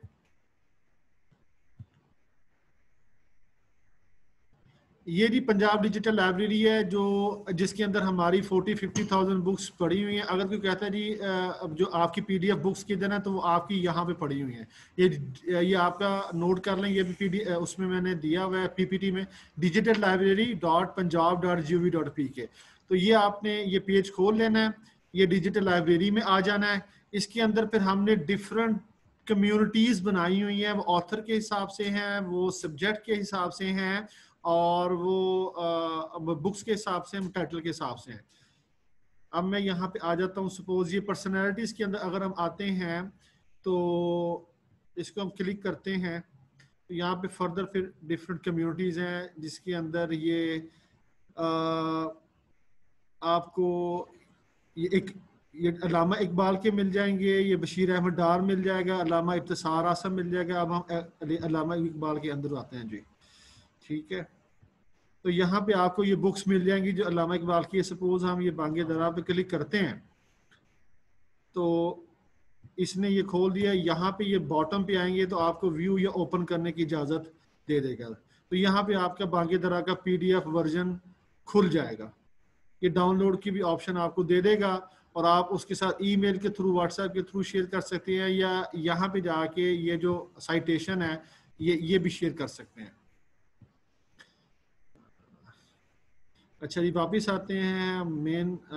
ये आपकी डिजिटल लाइब्रेरी हो गई। उसके बाद ये ई लाइब्रेरी पे सारी चीज़ें पड़ी हैं। ई लाइब्रेरी के अंदर जाके मैंने आपको डिजिटल लाइब्रेरी बता दी, और उसके बाद ये जो HEC से हमने चीज़ें यहाँ पे सिंक करवाई हुई थी, ये उसका लिंक है।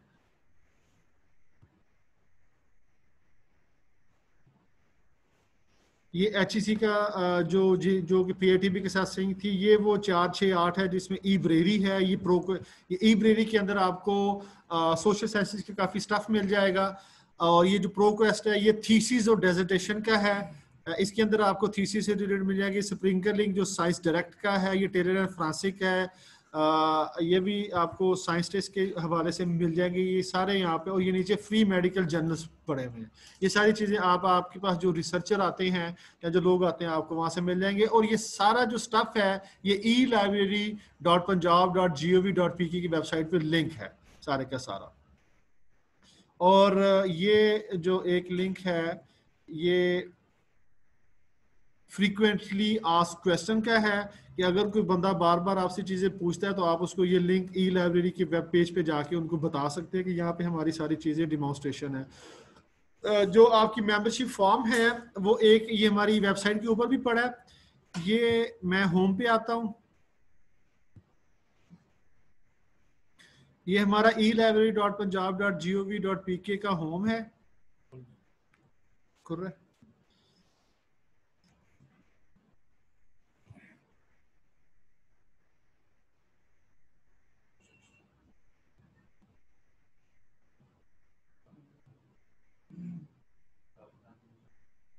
चले, और इस पे ये सारी, इसको मेरी रिक्वेस्ट है आपसे कि आप जब इसको एक दफ़ा बैठ के सारा गो थ्रू करेंगे तो आपको चीज़ों का मोटा मोटा आइडिया हो जाएगा। और इसी के अंदर जब आप यहाँ पे आएंगे हेल्प सेंटर के अंदर, आपको जो हमारा फॉर्म होता था जो हम यूज़र से फिलअप करवाते थे, वो यहाँ पे पड़ा होगा। लेकिन चूंकि अभी चीज़ें सिंक हैं PITB के सर्वर के साथ, तो जो यूज़र इस फॉर्म को फिलअप करेगा ये PITB के सर्वर में चला जाएगा, वो उसकी कॉपी आप तक नहीं आएगी। तो आपने क्या करना है कि फॉर्म में जवाब साहब को दे के जा रहा हूँ, वो अभी शो भी कर देते हैं। वो सारा यही फॉर्म है, तो वो आपने फिलअप करके उसका प्रिंट अपने पास रखना है। तो ये फॉर्म की कॉपी है जी। इसमें सारी वही चीज़ें जो मैंने आपको ऑनलाइन दिखाई हैं। इसमें उसकी नेसेसरी इंफॉर्मेशन होती है। आपने एक ID कार्ड की कॉपी लेनी है और 3 तस्वीरें लेनी है जो कि पासपोर्ट साइज की हों। तो यहाँ पे सारी चीज़ें फिलअप करके तो आपने ये फॉर्म अपने पास रख लेना है। और फर्दर नंबर आपने जिस से भी हैंडी टेकिंग ली है, उनसे आपने लास्ट नंबर पूछ लेना कि मेंबरशिप नंबर क्या चल रहा था, तो वो चला लें। या यहाँ से ये जो नासिर मलिक साहब हैं, ये आपको फर्दर मेंबरशिप के बारे में गाइड कर देंगे। और इस तरह से आपने चीजें चलानी है। दूसरा क्या था जो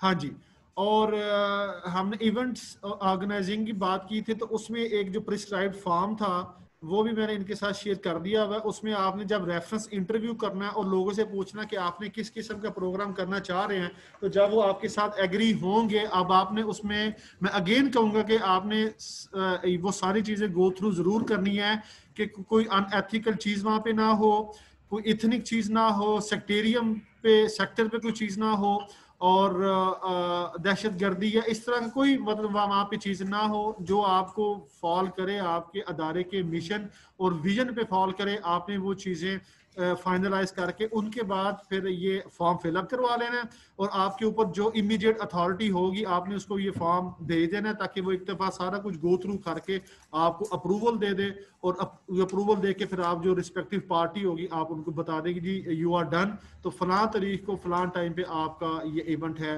वो कोचिंग से रिलेटेड हो, वो स्पोर्ट्स से हो, वो शायरी हो, वो कल्चरल हो, वो कोई अवेयरनेस सेशन हो, वो फायर फाइटिंग पे हो, या इस तरह की जो भी चीज़ हो वो आपने फिर उनको गो थ्रू कर देनी है। तो दिस इज़ ऑल जी फ्रॉम माय साइड। मैं ज़्यादा टेक्निकल की तरफ नहीं गया, जो मोटी मोटी चीज़ें SOPs चल रहे थे जो रोज़मर्रा के हिसाब से, वही चीज़ें आप लोगों से शेयर कर दी हैं, होपफुली कि आपको अंडरस्टैंड होंगी। मैं हमेशा से, चूंकि मैं लाहौर में था और मैं ऑन बोर्ड रहा हूँ स्पोर्ट्स बोर्ड के भी और PATB के भी, इन्होंने जब जब बुलाया मैं हाजिर रहा हूँ और आइंदा भी रहूँगा। आपको लाइब्रेरी के फंक्शंस के अंदर, लाइब्रेरी के ऑपरेशनलाइजेशन के अंदर, इसकी एडमिनिस्ट्रेशन के अंदर, इवन टेक्निकलिटी के अंदर भी आपको कभी कोई मसला होगा तो आप नासिर साहब के थ्रू मुझे अप्रोच कर सकते हैं, आप जवाद साहब के थ्रू मुझे अप्रोच कर सकते हैं। मैं इंशाल्लाह ताला आपको हर तरह से हेल्पफुल होऊंगा। अब आपकी किसी भी किस्म की कोई अगर क्वेश्चंस हैं, कोई एम्बिग्यूटी है, कोई रिजर्वेशंस है, कोई इंक्वायरीज हैं, तो आप मेरे साथ वो 1 by 1 हाथ खड़ा करके वो पूछ सकते हैं, मैं उसको आंसर करता हूँ।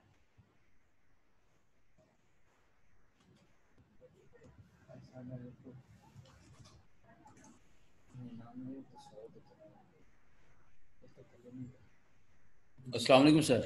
जी वालेकुम सलाम। Sir TSO jail Mohammad Tariq बात कर रहा हूँ। सर जैसे आपने अभी फरमाया कि कुछ चीज़ें हैं जिनका हमें पहले रिव्यू कर लेना चाहिए उनकी प्रेजेंटेशन का ऑडिटोरियम देते वक्त। तो फॉर एग्जांपल हम पहले वो हमें कुछ और दिखाते हैं प्रेजेंटेशन में कि जी फलां प्रेजेंटेशन हमने देनी है, और तब वो कोई मतलब ग्रेट पॉलिटिकल लीडर है उसको बुला लेते हैं, वो वहाँ पे आता है, उनके आते ही वो वहाँ पे नारेबाजी करने शुरू कर देते हैं। फॉर एग्जाम्पल को नून लीग का आ गया या PTI का आ गया, तो उसकी जो अपोजिट पार्टी है उसके खिलाफ नारेबाजियां जोर जोर से करने स्टार्ट हो जाती हैं, लीडर भी उनका साथ दे रहा है, तो वो अब जो लीडर है वो मिनिस्टर लेवल का बंदा है, तो तब हमें क्या करना चाहिए? देखिए जी, जब आप रेफरेंस इंटरव्यू करेंगे उस बंदे के साथ, आपको वहीं पे टाई अप हो जाएगा कि ये किस किस्म का इवेंट होने जा रहा है। ठीक है, अगर कोई सपोज वो अदबी है और कोई बुक लॉन्च होने जा रही है, बल्कि मैं आपको एग्जांपल देता हूं कि मेरे पास पिछले साल अमजद साहब की एक बुक लॉन्च हुई, तो उसमें एक पॉलिटिकल वो भी आए हुए थे साहब, वो साबका दौर के वो MNA MP रह चुके हैं, तो उन्होंने को हल्की सी बात की, लेकिन ऑडियंस के अंदर से ही या जो ऑर्गेनाइजर थे उन्होंने क्या दिया था कि सर ये एक खास अदबी एक वो है मतलब सीटिंग है, तो आप इसमें ये बात ना करें, और you are fully right to negate everything over there. ठीक है, आप वहां पे इंचार्ज हैं, वहां पे कोई आपको निगेट नहीं कर सकता, कोई आप कुछ नहीं कर सकता। ये रेफरेंस इंटरव्यू में आपकी चीज, अगर आपको थोड़ा सा भी शायबा होगा कि ये कल को आपके लाइब्रेरी, आपके अदारे के जो ऑब्जेक्टिव है उसके अगेंस्ट जा सकता है, तो आप उसको निगेट कर दें। देखिए, हम पैसे लेके चीज नहीं कर रहे, हम ये कम्युनिटी को फैसिलिटेट कर रहे हैं, हम अपनी जेब से AC लगा के दे रहे हैं, हम अपनी जेब से एनर्जी दे रहे हैं उनको। ठीक है, हम अपनी जेब से उनको टाइम दे रहे हैं, तो ये आप पे मुनहसिर है। कि आपने उनको अप्रूव करना है, डिसअप्रूव करना है। और सपोज कोई 1000 में से एक आध दफा चांस हो जाता है कि ऐसा, तो आप माशाल्लाह से कैपेबल एनफ हैं कि आप उसको वहां पे टैकल करें। आप उन्हें कहते हैं कि सर ये इवेंट इस वजह से नहीं बना था, ये इसलिए अप्रूव हुआ, आप काइंडली अपने ऑब्जेक्टिव पे इसको कंप्लीट कर लेंगे। तो ऐसा रेयरली इन 2.25 सालों 2.5 सालों में किसी एक जगह से भी ऐसा वो रिपोर्ट नहीं हुआ वाकया, इंक्लूडिंग लाहौर। नेक्स्ट जी। Thank you sir. नेक्स्ट जी गुजरावाला जी, गुजरावाला जी सर। अस्सलाम वालेकुम सर। जी वालेकुम सलाम। अली अदर तहसील स्पोर्ट्स ऑफिसर सराय आलमगीर। जनाब, My question is that what is difference between electronic journals and e-books? what is difference between electronic Between journal journals and books. and e-books? भाईजान, जो ई बुक्स आपकी होती हैं that is the PDF version और digitised version और paperless version of your print books. अगर आप अपनी लाइब्रेरी में जाएं और बुक उठा के उसको स्कैन करके ये जो डिजिटल लाइब्रेरी है उसके अंदर डाल दें, ठीक है, या किसी वेबसाइट पे रख दें या किसी कंटेंट सर्वर पे रख दें, वो आपकी PDF बुक है, वो आपकी ई बुक है। जो इलेक्ट्रॉनिक जर्नल्स होते हैं वो प्योरली रिसर्च बेस्ड होते हैं, वो स्कॉलरली कम्युनिकेशन होती है, उसके अंदर थीसिस आ जाते हैं, उसके अंदर आर्टिकल्स आ जाते हैं और रिसर्च वर्क आ जाता है।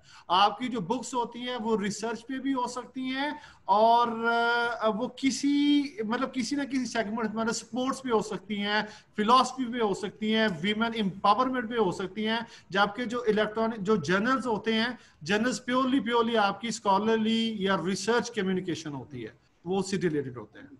जी नेक्स्ट। Okay sir.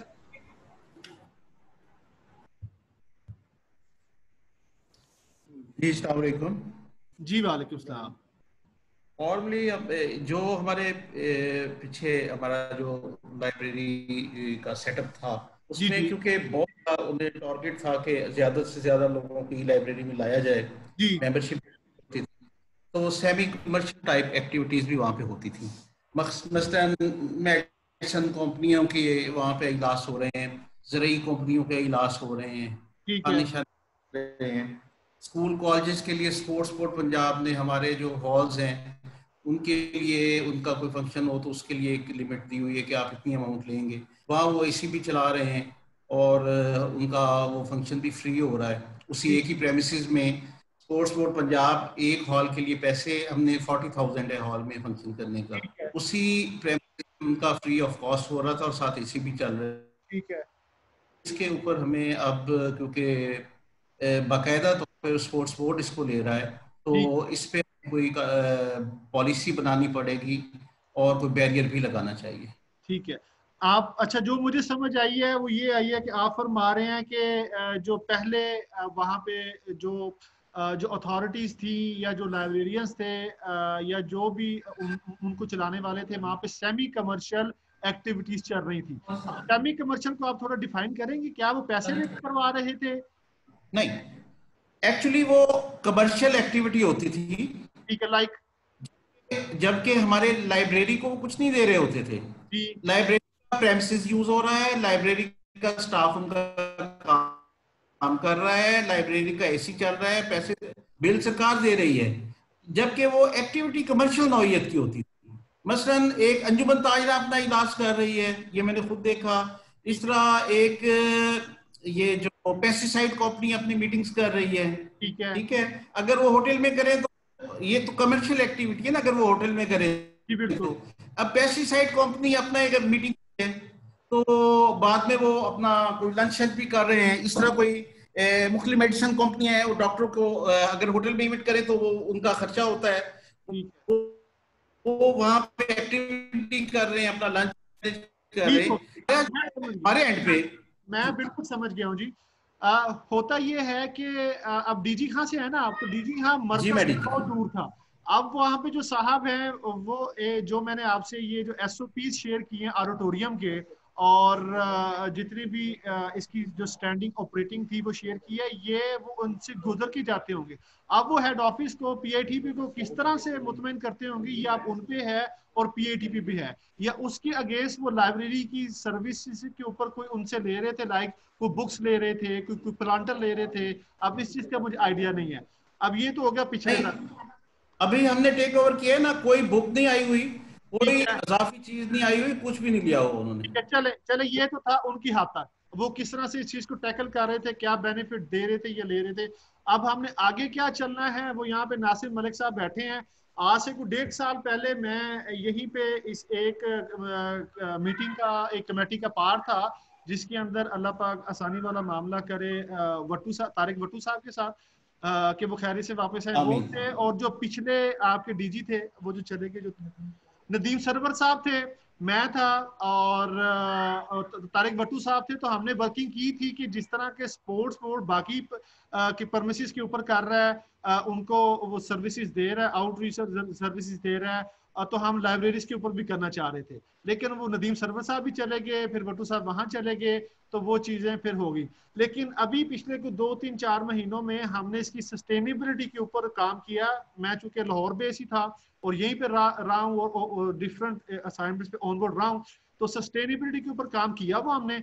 वो आप नासिर मलिक साहब के साथ, जवेद चौहान साहब के साथ, या बाजवा साहब के साथ ऑन बोर्ड आके तो उस चीज को आगे लेके चल सकते हैं। और मैं खुद भी ये चाहता हूँ कि कम से कम लाइब्रेरी इस काबिल हो जाए कि हम अपने ऑडिटोरियम के थ्रू हम कोई ना कोई रेवेन्यू जनरेट जरूर कर सकें, ताकि ये हमारा ज्यादा ना सही 40-50-60% ही रेवेन्यू जनरेट कर सके। उसके अंदर हमने सजेशन ये दी थी कि आप ऑडिटोरियम के ऊपर चार्ज लगा सकते हैं, आप अपनी कंप्यूटर लैब को आउटसोर्स कर सकते हैं, आप वहां पे टक शॉप स्टैब्लिश कर सकते हैं। जैसे लाहौर में पार्किंग लॉट बहुत बड़ा है, इसके सराउंडिंग में स्पेस काफी ज्यादा है, आप उसको आउटसोर्स कर सकते हैं। यहाँ पर डिफरेंट किस्म के एक्टिविटीज हैं, जिसमें बुक लॉन्च है, जिसमें आपके क्या कहते हैं, किताब मेला है, ठीक है, इस तरह की चीजें, अदबी महाफिल हैं, ठीक है, इस तरह की चीजें हम कर सकते हैं। तब ऑलरेडी ये ऑन बोर्ड है।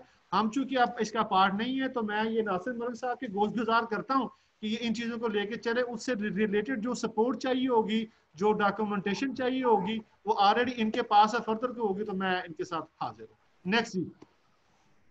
अस्सलाम वालेकुम जी। जी वालेकुम सलाम। आसिफ बिलाल साहब, आपने ई लाइब्रेरी के मैकेनिज्म पे बहुत जबरदस्त तरीके से बताया। हमारा सवाल स्पोर्ट डिपार्टमेंट के जो हायर अथॉरिटीज हैं उनसे है कि अगर इसको सस्टेन करना है, अगर बेहतर तरीके से सस्टेन करना है, तो उस पर जो खान साहब ने, तौरमान साहब ने बताया कि कुछ फीसद जो हमारी रजिस्ट्रेशन फीस है, जो मुख्तलिफ किस्म के प्रोग्राम्स होते हैं, उन पे फीसें लगाई जाए, मिनिमम लगाई जाए, ताकि लोगों को एक एहसास हो कि एक अच्छी फैसिलिटी और जो कम से कम दाम पे मिल रही है उसको अवेल कर रहे हैं। अस्सलाम वालेकुम सर।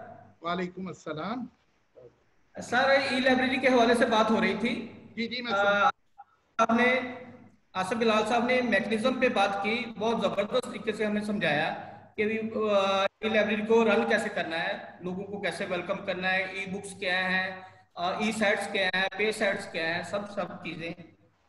अभी हमारा क्योंकि एक तजर्बा रहा है जिम्नेजियम्स का, तो हमारी एक रिक्वेस्ट है कि कम से कम फीसद कोई जो हमारे जो आने वाले विजिटर्स हैं उनके लिए, या हम इसकी जो प्रिंसेस कुछ लोगों को इस्तेमाल के लिए देते हैं पॉजिटिव एक्टिविटी के लिए, उन पे कम से कम फीस लगाई जाए, ताकि लोगों को एक एहसास हो कि ये एक बेहतर चीज़ हमें बहुत कम दामों पे मिल रही है और हम इस फैसिलिटी को बेहतर तरीके से रन भी कर सकेंगे। अच्छा, ये मैं आप वो सर का चेक करें शुजा। अच्छा, इस पे ना मैं 2-3 चीज़ें आपको वाजे कर देता हूँ तमाम ई लाइब्रेरीज के जो हम नोटिफाइड ऑफिसर्स हैं उनके नॉलेज के लिए, कि ये एक business model for E libraries जो है वो अंडर कंसिडरेशन है।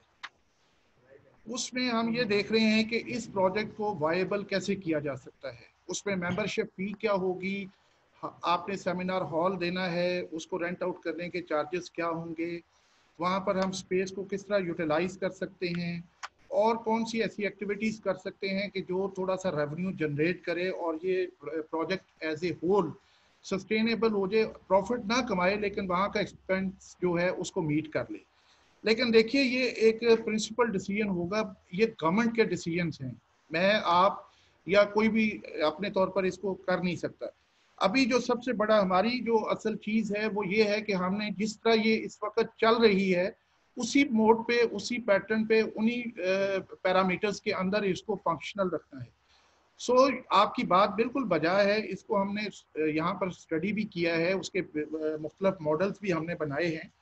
सो इसकी आपसे ज़्यादा हमें इस चीज़ पे है कि यार अब ये फैसिलिटी जो है इसको मेंटेन भी रखना है, और हमारे रिसोर्सेज भी इतने ज़्यादा नहीं हैं कि हम इसको इस पे मुतवातर एक्सपेंस करते जाएं। सो प्रोजेक्ट को वायबल होना चाहिए, सस्टेनेबल होना चाहिए, एक तो ये बड़ा इम्पोर्टेंट है। दूसरा, जब आप कोई फ़ी चार्ज करते हो तो एक डिसिप्लिन भी आ जाता है, जो अभी आप बात कर रहे हो जिस पॉइंट ऑफ व्यू से। डेफिनेटली नंबर ऑफ विजिटर्स भी रिड्यूस हो जाएगा, आपके लिए मैनेजमेंट करना भी आसान हो जाएगा, और जो बंदा पे करेगा उसको पता है कि मैंने, तो फिर विजिट भी करेगा। अभी तो कोई आज आ गया 10 दिन बाद दोबारा आएगा, कोई 100 दिन बाद आएगा, लेकिन जब आप मंथली सब्सक्रिप्शन दोगे तो डेफिनेटली लोग फिर उसको अवेल करते हैं, उस पूरे अपने पैसे की जस्टिफिकेशन के लिए भी, और उसकी प्रॉपर उसकी इम्पोर्टेंस भी होती है उनके नज़दीक उस पैसे के खर्चने की। ये तो आपका और कोई क्वेश्चन है जी आपके पास ई लाइब्रेरी से रेलेवेंट में, कोई बात करना चाह रहे हो कोई टेक्निकल पॉइंट ऑफ व्यू से? सर ई लाइब्रेरी के हवाले से ये गुजारिश करूंगा कि हमें इसकी तशहीर के लिए एक मरकजी तौर पे लाहौर में ही एक शॉर्ट टाइम फिल्म बना दी जाए, ताकि हम अपने फेसबुक पे अपने स्कूल कॉलेजेस में बच्चों को या दूसरों को इनवाइट करने के लिए उसको इस्तेमाल कर सकें बेहतर क्वालिटी की कोई। बिल्कुल ठीक है, बिल्कुल ठीक है, वो हम बिल्कुल इस पे भी काम कर रहे हैं। जैसे अभी आपने देखा होगा हमारे डायरेक्टर स्पोर्ट्स ने ट्रेनिंग्स के कुछ छोटे छोटे पैकेजेस डेवलप किए हैं वार्म अप के लिए या अदर्स। इसी तरह हम इस फैसिलिटी के भी एक पैकेज बना लेते हैं जो आप फिर आगे उसको सोशल मीडिया पे लॉन्च कर दें, लोगों को मालूम हो, ज़्यादा से ज़्यादा लोगों तक आए।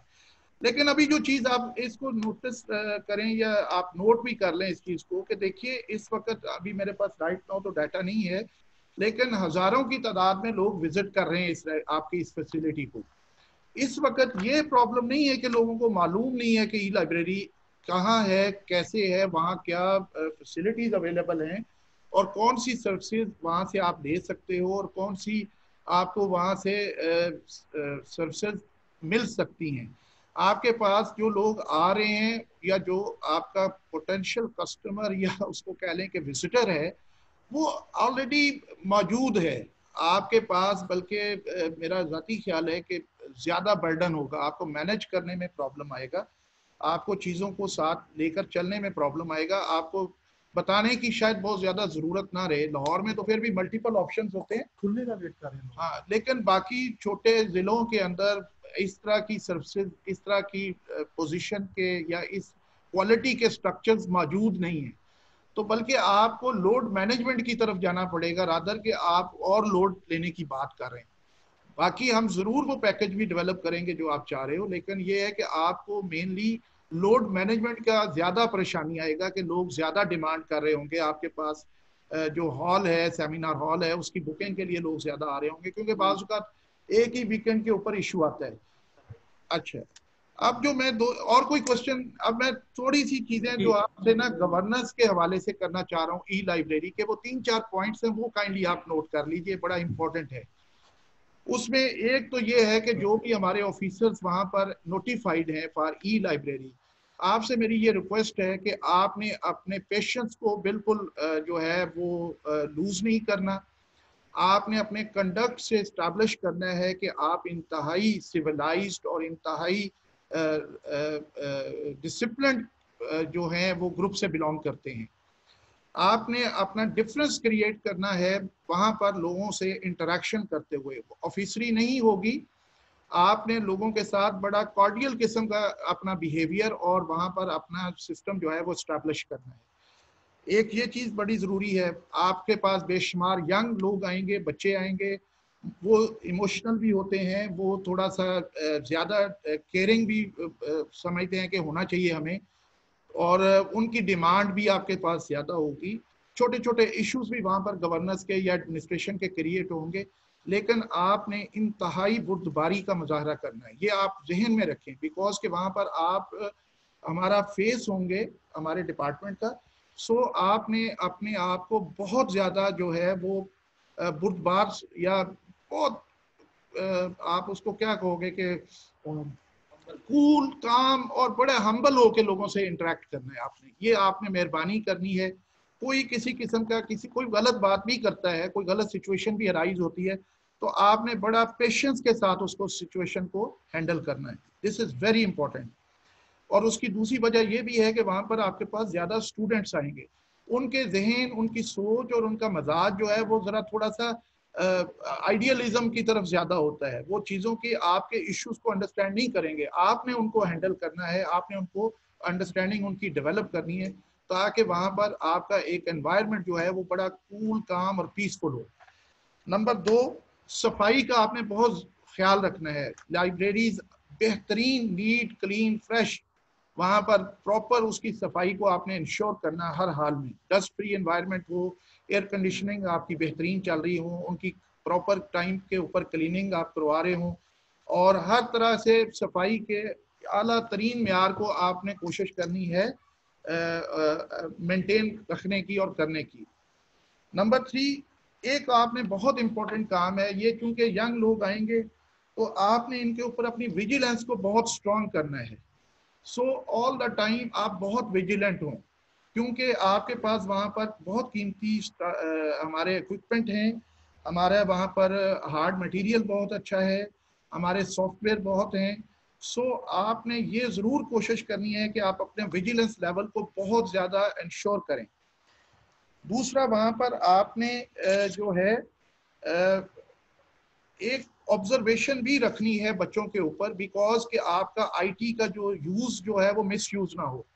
वहां पर कोई बंदा कोई, आपको पता ही है बच्चे जिस तरह की हरकतें करते हैं, तो आपने ये एक बड़ा ज्यादा कंट्रोल रखना है अपनी विजिलेंस के जरिए कि जी जो आपका कोई मिसयूज और कोई गलत इस्तेमाल ना हो। थेफ्ट को अवॉइड करना है हर हाल में, आपने अपनी विजिलेंस को थेफ्ट से भी रखना है कि बच्चे कोई किताब ना उठा के ले जाएं, गो के वहां पर उन्होंने पूरा सिस्टम इन प्लेस किया हुआ है, लेकिन आपने अपने स्टाफ के जरिए इस चीज के ऊपर भी फोकस रखना है। सो विजिलेंस, सफाई और एक बहुत अच्छा एटीट्यूड, ये हमारी एक हाल मार्क होना चाहिए हमारी गवर्नेंस का ई लाइब्रेरी के अंदर। दूसरा हमारा जो वहाँ पर बड़ा एलिमेंट है वो हमारा जो सेमिनार हॉल या ऑडिटोरियम्स हैं, तो उसकी सेंसिटिविटी आपने इस लिहाज से ज़रूर पेश नज़र रखनी है कि जब आप उसकी बुकिंग करो तो आपने देखना है कि वहाँ पर कोई रिलीजियस एलिमेंट जो है वो उसके लिए ना हो, हमने हमारा प्योरली एजुकेशन स्पेसिफिक हो। और पॉलिटिकल, ये 2 एस्पेक्ट्स के ऊपर आपने स्पेशल फोकस रखना है कि जब आप एक किसी को हॉल देते हैं तो आपको उसके यूटिलिटी या उसके इस्तेमाल के पहले से वो आपको लिख के दें कि जी हम यहाँ पर क्या करने जाएंगे। तो ये चंद एक चीज़ें हैं जो मैंने आपसे शेयर करनी थी। बाकी अगर आपको टेक्निकल कोई प्रॉब्लम होगा तो आप हमसे दोबारा कह लें, हम वन डे अगेन भी आपको इसकी ऑपरेशन के ऊपर वर्कशॉप को मैनेज कर सकते हैं अगले 2, 4, 5 दिन के अंदर भी, अगर आपको इसके अंदर कोई भी इशू आता है। तो अभी मैं आप सब के लिए सेक्रेटरी साहब को रिक्वेस्ट करने जा रहा हूँ कि सेक्रेटरी साहब जो हैं वो आपके साथ इंटरेक्ट करें, आप अपने 2 दिन का फीडबैक उनसे शेयर करें, जो आपको हमने लेक्चर्स दिए हैं, जो आपसे हमने कम्युनिकेट किया है उसकी क्वालिटी के ऊपर, कोई इश्यूज के ऊपर जो भी है। तो अभी मैं रिक्वेस्ट करने जा रहा हूँ sir, please join secretary Yasir साहब। सर बहुत शुक्रिया चौहान साहब आपका, और तमाम जो शुरा हैं इस ऑनलाइन ट्रेनिंग के, उनका शुक्रिया कि आप 2 दिन से ट्रेनिंग कर रहे हैं। ये बड़े इम्पोर्टेंट किस्म के हमने टॉपिक्स रखे थे जो आप लोगों के लिए, चाहे वो सोशल मीडिया हो जिसमें उमैर बता रहा था, या जिसमें आपकी जूम टेक्नोलॉजी है। तकरीबन जो यंग बच्चे हैं उनको तो अंदाजा था, हमारे DSO साहबान ने भी चूँकि 1-2 मीटिंग इस पे अटेंड कर ली हैं, पता था, लेकिन कई ऐसे लोग होंगे जिनको नहीं अंदाजा था, तो हमने इसलिए वो कहा कि सारे इसमें अपना शामिल हों और समझ लें कि कैसे इसको इस्तेमाल करना है। क्योंकि जो मुझे लग रहा है ना कि अगले 3-4 से या शायद 6 महीने जो है मैक्सिमम जो आपकी मीटिंग्स हैं वो इसी टेक्नोलॉजी पे हुआ करेंगी, चाहे वो मीटिंग्स हो, वर्कशॉप हो, या बाकी आपने अपने रीजनल डिवीजन के अंदर जिस तरह डिवीजनल स्पोर्ट्स अफसर साहबान यहाँ बैठे हैं, ये जब बात करें आपने, जरूरी नहीं है कि सारों को अपने दफ्तर में ही बुला लें, तो ये भी किया जा सकता है कि इस तरह टेक्नोलॉजी को यूज करते हुए DSOs के दफ्तर में जो डिस्ट्रिक्ट में बैठे हैं वहाँ सारे डिविजनल कोचेज आ जाएं और वहीं पे अपनी जो भी आपने बात करनी है बल्कि रिव्यू करना है तो वो आप इस तरीके से यूज कर लेंगे। एक तो सोशल डिस्टेंसिंग भी हो जाएगी, बाकी वो और भी 2-3 एडवांटेज है वो आपको पता ही है कि आना जाना और ये TADA और क्या खाना वगैरह का है। लेकिन चलें ये तो एक सरसरी सी बात है, असल चीज़ है टेक्नोलॉजी का यूज करना, इसको इस्तेमाल करना। और जिस तरह अभी मैं एक एक्सपीरियंस आया है, पीछे हमने रिसेंटली एक वेबिनार कराया था शारी साहब का, वॉल सिटी के जो DG हैं, तो उसको उन्होंने हैक कर लिया था, ओपन था ना, तो ओपन इनविटेशन होता है, तो वो 2-3 इंडियन जो थे उन्होंने हैक करके उस पर 1-2 ना उसमें लिखने शुरू कर दिए। तो क्योंकि मैं सामने बैठा हुआ था, इससे सुन रहा था सिंपल, तो मैंने फौरन अपने कंप्यूटर वाले को शुजात को कहा, इसने उधर फोन किया, उन्होंने फिर उसको बंद करके उसको वापस किया। तो ये भी एक चीजें हैं कि ये टेक्नोलॉजी मतलब बेशक हम उसमें कोई ऐसी कोई सरकारी कोई राज तो नहीं अफशा कर रहे थे, लेकिन ये जो है ना वो कोई भी हैकर्स जो हैं इसको कर सकते हैं, उसके ऊपर अपना एजेंडा जो है कोई मैसेजेस करना या और कोई चीजें करना वो इस पर डाल सकते हैं जब ओपन होता है। तो अभी आपका तो हमारा एक ऑफिसर लेवल का सारा ताल्लुक है, तो इसमें तो नहीं है, लेकिन ओपन जब करें तो ये भी एक थोड़ी सी चीज इसको देखनी होती है। इसलिए जो होस्ट होता है उसको बड़ा विजिलेंट रहना पड़ता है कि कोई मैसेज जैसे ना आ जाए, या कोई इसके ऊपर स्क्रीन पे वो प्रेजेंटेशन चल रही थी वहां पे, तो उसके ऊपर उसने वो लिख दिया था इंडिया जिंदाबाद और पता नहीं 2000 और चीजें लिखी थी, फिर वो हमने स्टॉप करा के फिर उनको बाहर निकाला, तो फिर वो वापस नहीं आए। तो ये एक छोटी सी चीज है, ये आप लोगों को भी ज्यादा होना चाहिए। जो आप में से कोई ना, हर के दफ्तर में एक आधा लड़का अच्छा होगा कंप्यूटर वाला जो जानता है, तो वो उसको ये जरूर बता दें टेक्नोलॉजी कैसे यूज करनी है, और आइंदा के लिए आपके लिए आसानी हो जाएगी।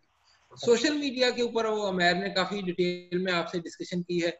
वो 1-2 बच्चों के मेरे TSOs हैं यंग, इन्होंने सवाल किए थे, वो ब्लैक मेलर, उसने कहा ना कि ये जो आपके PRO और ये जो मीडिया पर्सन हैं इनसे अच्छा रिलेशन करें, तो वो ज्यादातर होते हैं ब्लैक मेलर ही हैं। हकीकत है 2 किस्म के लोग हैं, जो बड़ा टफ तो है लेकिन जो DCO के तौर पे काम किया हुआ, मुझे पता है कि ये चाहे वो साफी हो जाए या वो काले कोट वाले हो जाए, दोनों ही जो है ना ऐसे ही काम करते हैं। तो इसको बड़े तरीके से करें, लेकिन वो पॉजिटिवली अगर आप करेंगे, अपनी जो एक्टिविटीज हैं उसको सोशल मीडिया पे हाईलाइट करेंगे, अपना पेज बना लें, हमें भेज दिया करें, क्योंकि इनका भी एक बोर्ड है, शायद ग्रुप में बना हुआ है, चौहान साहब ने इन लोगों ने बनाया हुआ है, तो उस पर डालें जो अच्छी चीजें हैं वो आपकी ताकि शेयर होती जाए वहाँ उसके अंदर। जो मेरे पास आ जाती हैं, किसी आपके पेज से देख लेता हूँ या कोई मुझे भेज देता है डायरेक्ट, तो मैं कोशिश होती है कि अच्छा काम किया है तो उसको सारों के सामने हाईलाइट हो जाए, पॉजिटिविटी आ जाती है। ये सोशल मीडिया का रोल आप सबको पता है। अब सबसे इम्पोर्टेंट आज का जो था ना वो था E-लाइब्रेरी। E-लाइब्रेरी आप सबने अपना चाय ले लिया है, चीजें आपने देखनी है, कई सवाल बड़े इंपॉर्टेंट थे इसके ऊपर। चौहान साहब और ये बिलाल साहब यहाँ पे शायद बैठे हुए हैं, जिन्होंने यहाँ पे लाहौर के बड़ा अच्छा इन्होंने काम किया है। तो देखें, हमने कभी भी नहीं कहा कि E-लाइब्रेरी ये जो है ये कोई खराब चीज है, वेरी गुड प्रोजेक्ट, नई जनरेशन के लिए, यंग जनरेशन के लिए, एजुकेशन रिलेटेड पर्पसेस के लिए बहुत इंपॉर्टेंट है। बाकी इसका दूसरा वो सेमिनार हॉल वाला एक अलग था, इन सारे उसके बाद में आते हैं। तो E-लाइब्रेरी जो था ना, जिसका भी है उसमें अब हमारी में नहीं जाता कि वो क्या हुआ, प्रोजेक्ट एक्सटेंड हुआ नहीं हुआ, कोर्ट में चले गए, वो एक अलग चीज है। लेकिन जब हमारे पास गवर्नमेंट ने एक जिम्मेदारी दे दी है स्पोर्ट्स डिपार्टमेंट को और स्पोर्ट्स डायरेक्टरेट को, ये बेसिकली किसी में ये भी लगा दिया कि ये स्पोर्ट्स का क्या ताल्लुक है E-लाइब्रेरी के साथ, एजुकेशन को आपने स्पोर्ट्समैन के वाले कर दिया है। लेकिन आप में से किसी ने भी ये जाहिर नहीं किया, ये आपको जवाब देना चाहिए था, भाई ये जो है ना ये डायरेक्टरेट या department youth affairs and sports department है, youth affair and sports directorate है। तो ये जो ये यूथ अफेयर के हवाले से ये बननी थी कि यंग जनरेशन जिसमें बच्चे बच्चियां एजुकेशन के हवाले से आते हैं, तो उसकी तालीम और तरबियत के लिए ये E-लाइब्रेरी बनी थी। इसलिए इसका जवाब बहुत आसान है, ये यूथ के स्पोर्ट्स के साथ, बेशक वो आपकी जगह वही है, आपकी लोकेशन वही है, लेकिन बेसिकली ये यूथ को टारगेट करके ये बनाया गया था। तो ये इसके लिए ये अब गवर्नमेंट ने जिम्मेदारी दी है तो उसको हमने अच्छा चलाना है। कुछ मैंने यहाँ पे कमेटी भी बनाई थी, जो बिलाल भी यहाँ पे जिक्र कर रहा था, वो कमेटी थी वो आपके सेमिनार हॉल की, या देखें वो अब पहले तो प्रोजेक्ट था ना, PITB चलाती रही है, उसमें पैसे उनके पास वाफर मकदार में थे, इंटरनेट भी उन्होंने अच्छा एक्सपेंसिव लिया हुआ था, या आपकी बाकी चीजें एसीज वगैरह सारी चीजें चलती हैं। लेकिन ये अब दो चीजें सामने रखें, एक तो क्या ये हमने सिर्फ इसको कमर्शियल चलाना है तो फिर तो फीस वगैरह बहुत ज्यादा कर दें, लेकिन वो गवर्नमेंट कभी भी कमर्शियली नहीं चलाती कोई भी अदारा, लेकिन सस्टेनेबिलिटी के लिए भी कुछ ना कुछ करना चाहिए। वो मैंने ये कमेटी बनाई थी, ये उसके TORs भी थे, ये चौहान साहब और आपके DG स्पोर्ट्स जो है, उसके साथ PITB के लोग भी थे, और मेरा ख्याल ये लाइब्रेरियन जो है बिलाल, ये भी इसमें शामिल है। मकसद हमारा ये था कि भाई वो सेमिनार हॉल है, AC चल रहे हैं, मल्टीमीडिया लगा हुआ, सारी फैसिलिटीज मौजूद हैं, और प्राइवेट वो पेस्टिसाइड वाला जो भी वो DG खान के DSO साहब बता रहे थे कि उधर वो कमर्शियल एक्टिविटी चलती रही है, पेस्टिसाइड वाले या मेडिसिन वाले वो आते हैं, खाते पीते भी हैं और मुफ्त में एंजॉय करते हैं और अपना सारा काम करके गवर्नमेंट के खजाने में कोई पैसा नहीं आता। तो मकसद ये है कि अगर इस तरह की चीजें हैं, दो इसके इश्यू कर लीजिए। अगर गवर्नमेंट के अदारे ने आपका हॉल बुक करना है, वो SOPs तो अच्छी बनी हुई हैं, आपने पहले भी यूज की हैं, ये मतलब जैसा चौहान साहब कह रहे थे पॉलिटिकली या रिलीजियसली, लेकिन पॉलिटिकली एक जो इशू होता है ना, एक तो होता है पॉलिटिकल जलसा पार्टी का, वो तो साफ सी बातें नहीं हो सकता। लेकिन अगर कोई किताब की रूनमाई, अभी आप बात कर रहे हो किताब की रूनमाई है, तो उसमें किसी पॉलिटिशियन को, मिनिस्टर साहब को या MP साहब को बुला लेते हैं, उसको आप तो नहीं रोक सकते ना, बस उसका तरीका है कि किस तरह उसको मैनेज करना है। तो मैनेज करना है। अब लाइब्रेरीज जो है उसमें दो तरीके, अगर गवर्नमेंट ऑफिसर्स या हेल्थ डिपार्टमेंट ने खुद किया है, रिक्वेस्ट की है, तो उसका रेट कोई थोड़ा कम कर लीजिए, मतलब आप 1500 रख लें, दूसरे का 2500 या 3000 रख लें, जो भी आपकी कमेटी इसको करती है, ताकि ये मुफ्त वाली जो चीज है इससे बाहर आ जाए कि ये पैसे देंगे जो होगा सीरियस होगा। यहाँ पे लाहौर में तो चलो और भी सहूलतें मौजूद हैं, बाकी छोटे जिले हैं उनमें तो शायद ये का हॉल बहुत बड़ी गनीमत है, नेमत भी है, तो इसको हमने बंद भी नहीं करना, लेकिन इसका कुछ ना कुछ जो आपका खर्चा है गवर्नमेंट का जाएगा ना, ये बिजली भी जानी है, ACs लगे हुए हैं, बाकी चीजें हैं, तो उसका खर्चा पूरा हो जाए। स्टूडेंट्स आते हैं तो उसको हमने बंद तो नहीं करना। और एक जो मैंने देखा था, कम से कम मैंने भी 8-10 आपकी लाइब्रेरियां फिरी हैं,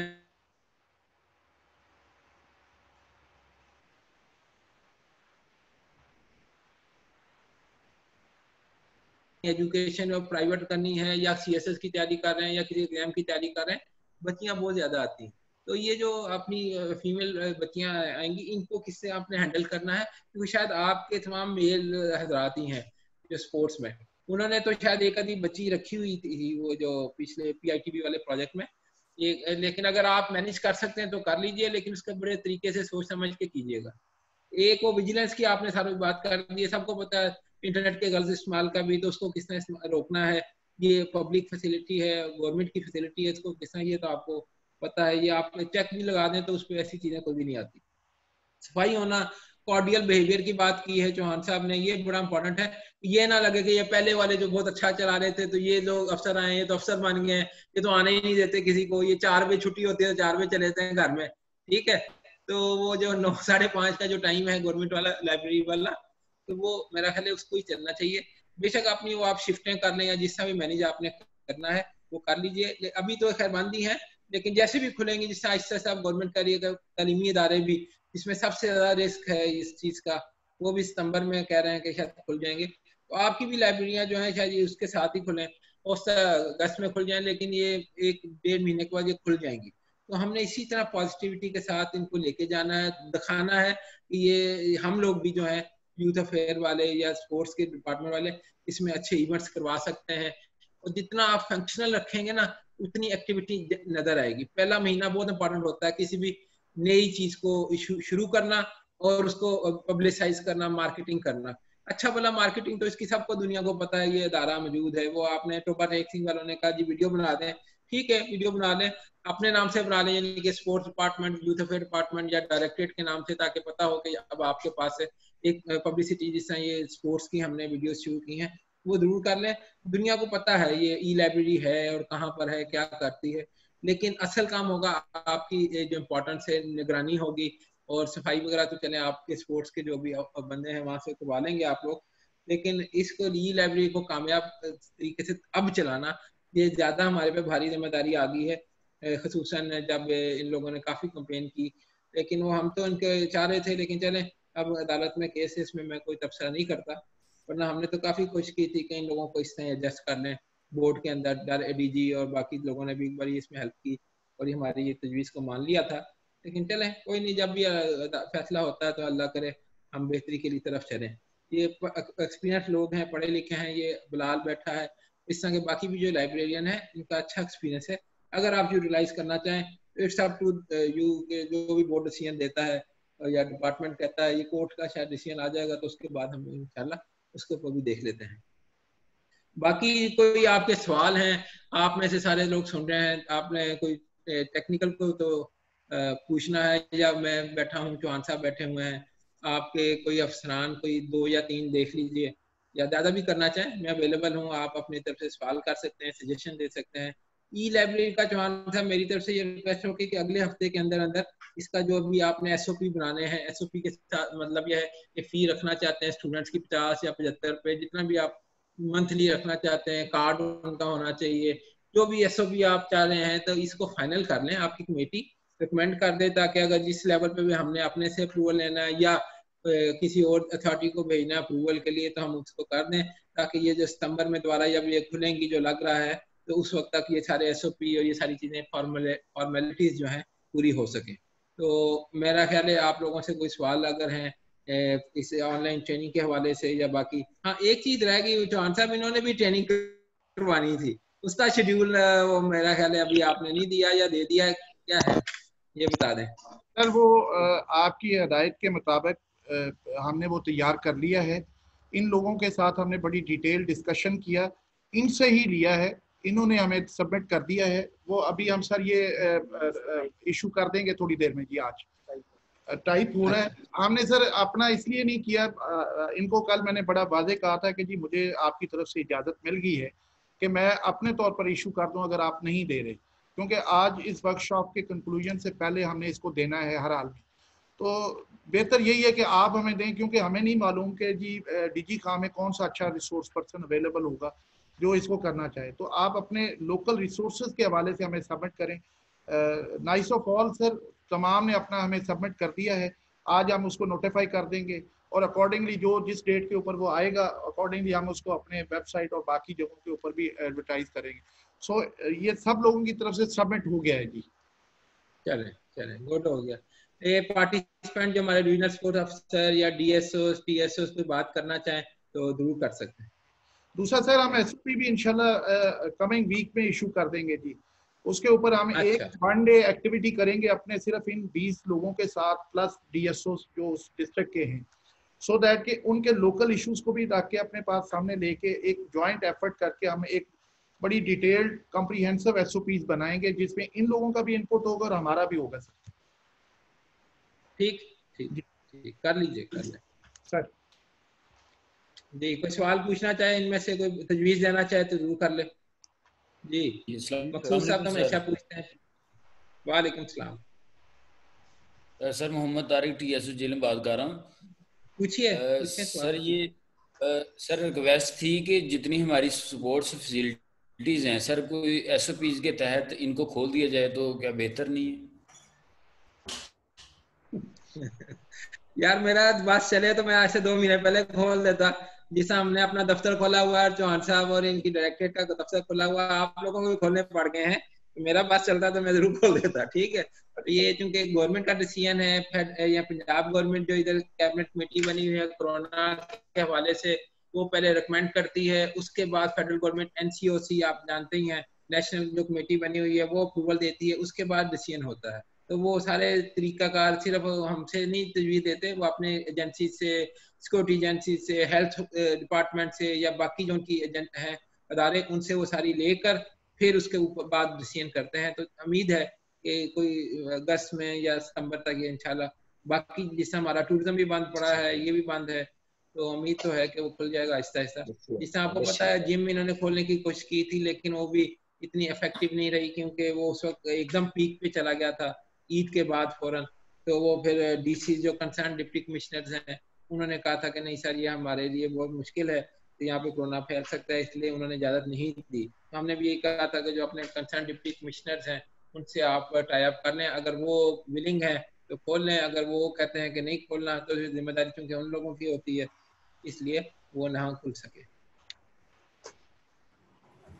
अस्सलाम सर। जी वालेकुम सलाम सर, सैफुर रहमान बोल रहा हूँ, regional sports officer Gujranwala. Sir एक सजेशन है कि ये जो ई लाइब्रेरीज हैं इनमें सर कैमराज इंस्टॉल नहीं है। अगर स्टडी रूम, रिसेप्शन और मीटिंग हॉल में अगर कैमराज लग जाए तो जो आप कह रहे हैं ना नेगेटिव एक्टिविटीज है उसको कंट्रोल करने के लिए बड़ी आसानी होगी। ये एक सजेशन है सर मेरी तरफ से। आप ये लगा रहे हैं, ये तो अच्छी सजेशन है, इसको जरूर कर लेना चाहिए। इसमें मेरा ख्याल है अगर आप लोग खुद कर सकते हैं या बोर्ड, इतना खर्चा भी नहीं है इसका, लेकिन जिस तरह भी चौहान साहब आप नोट कर लें इसको कैमरास के, सीसीटीवी के लिए, कि वो इसका वो किया जा सके।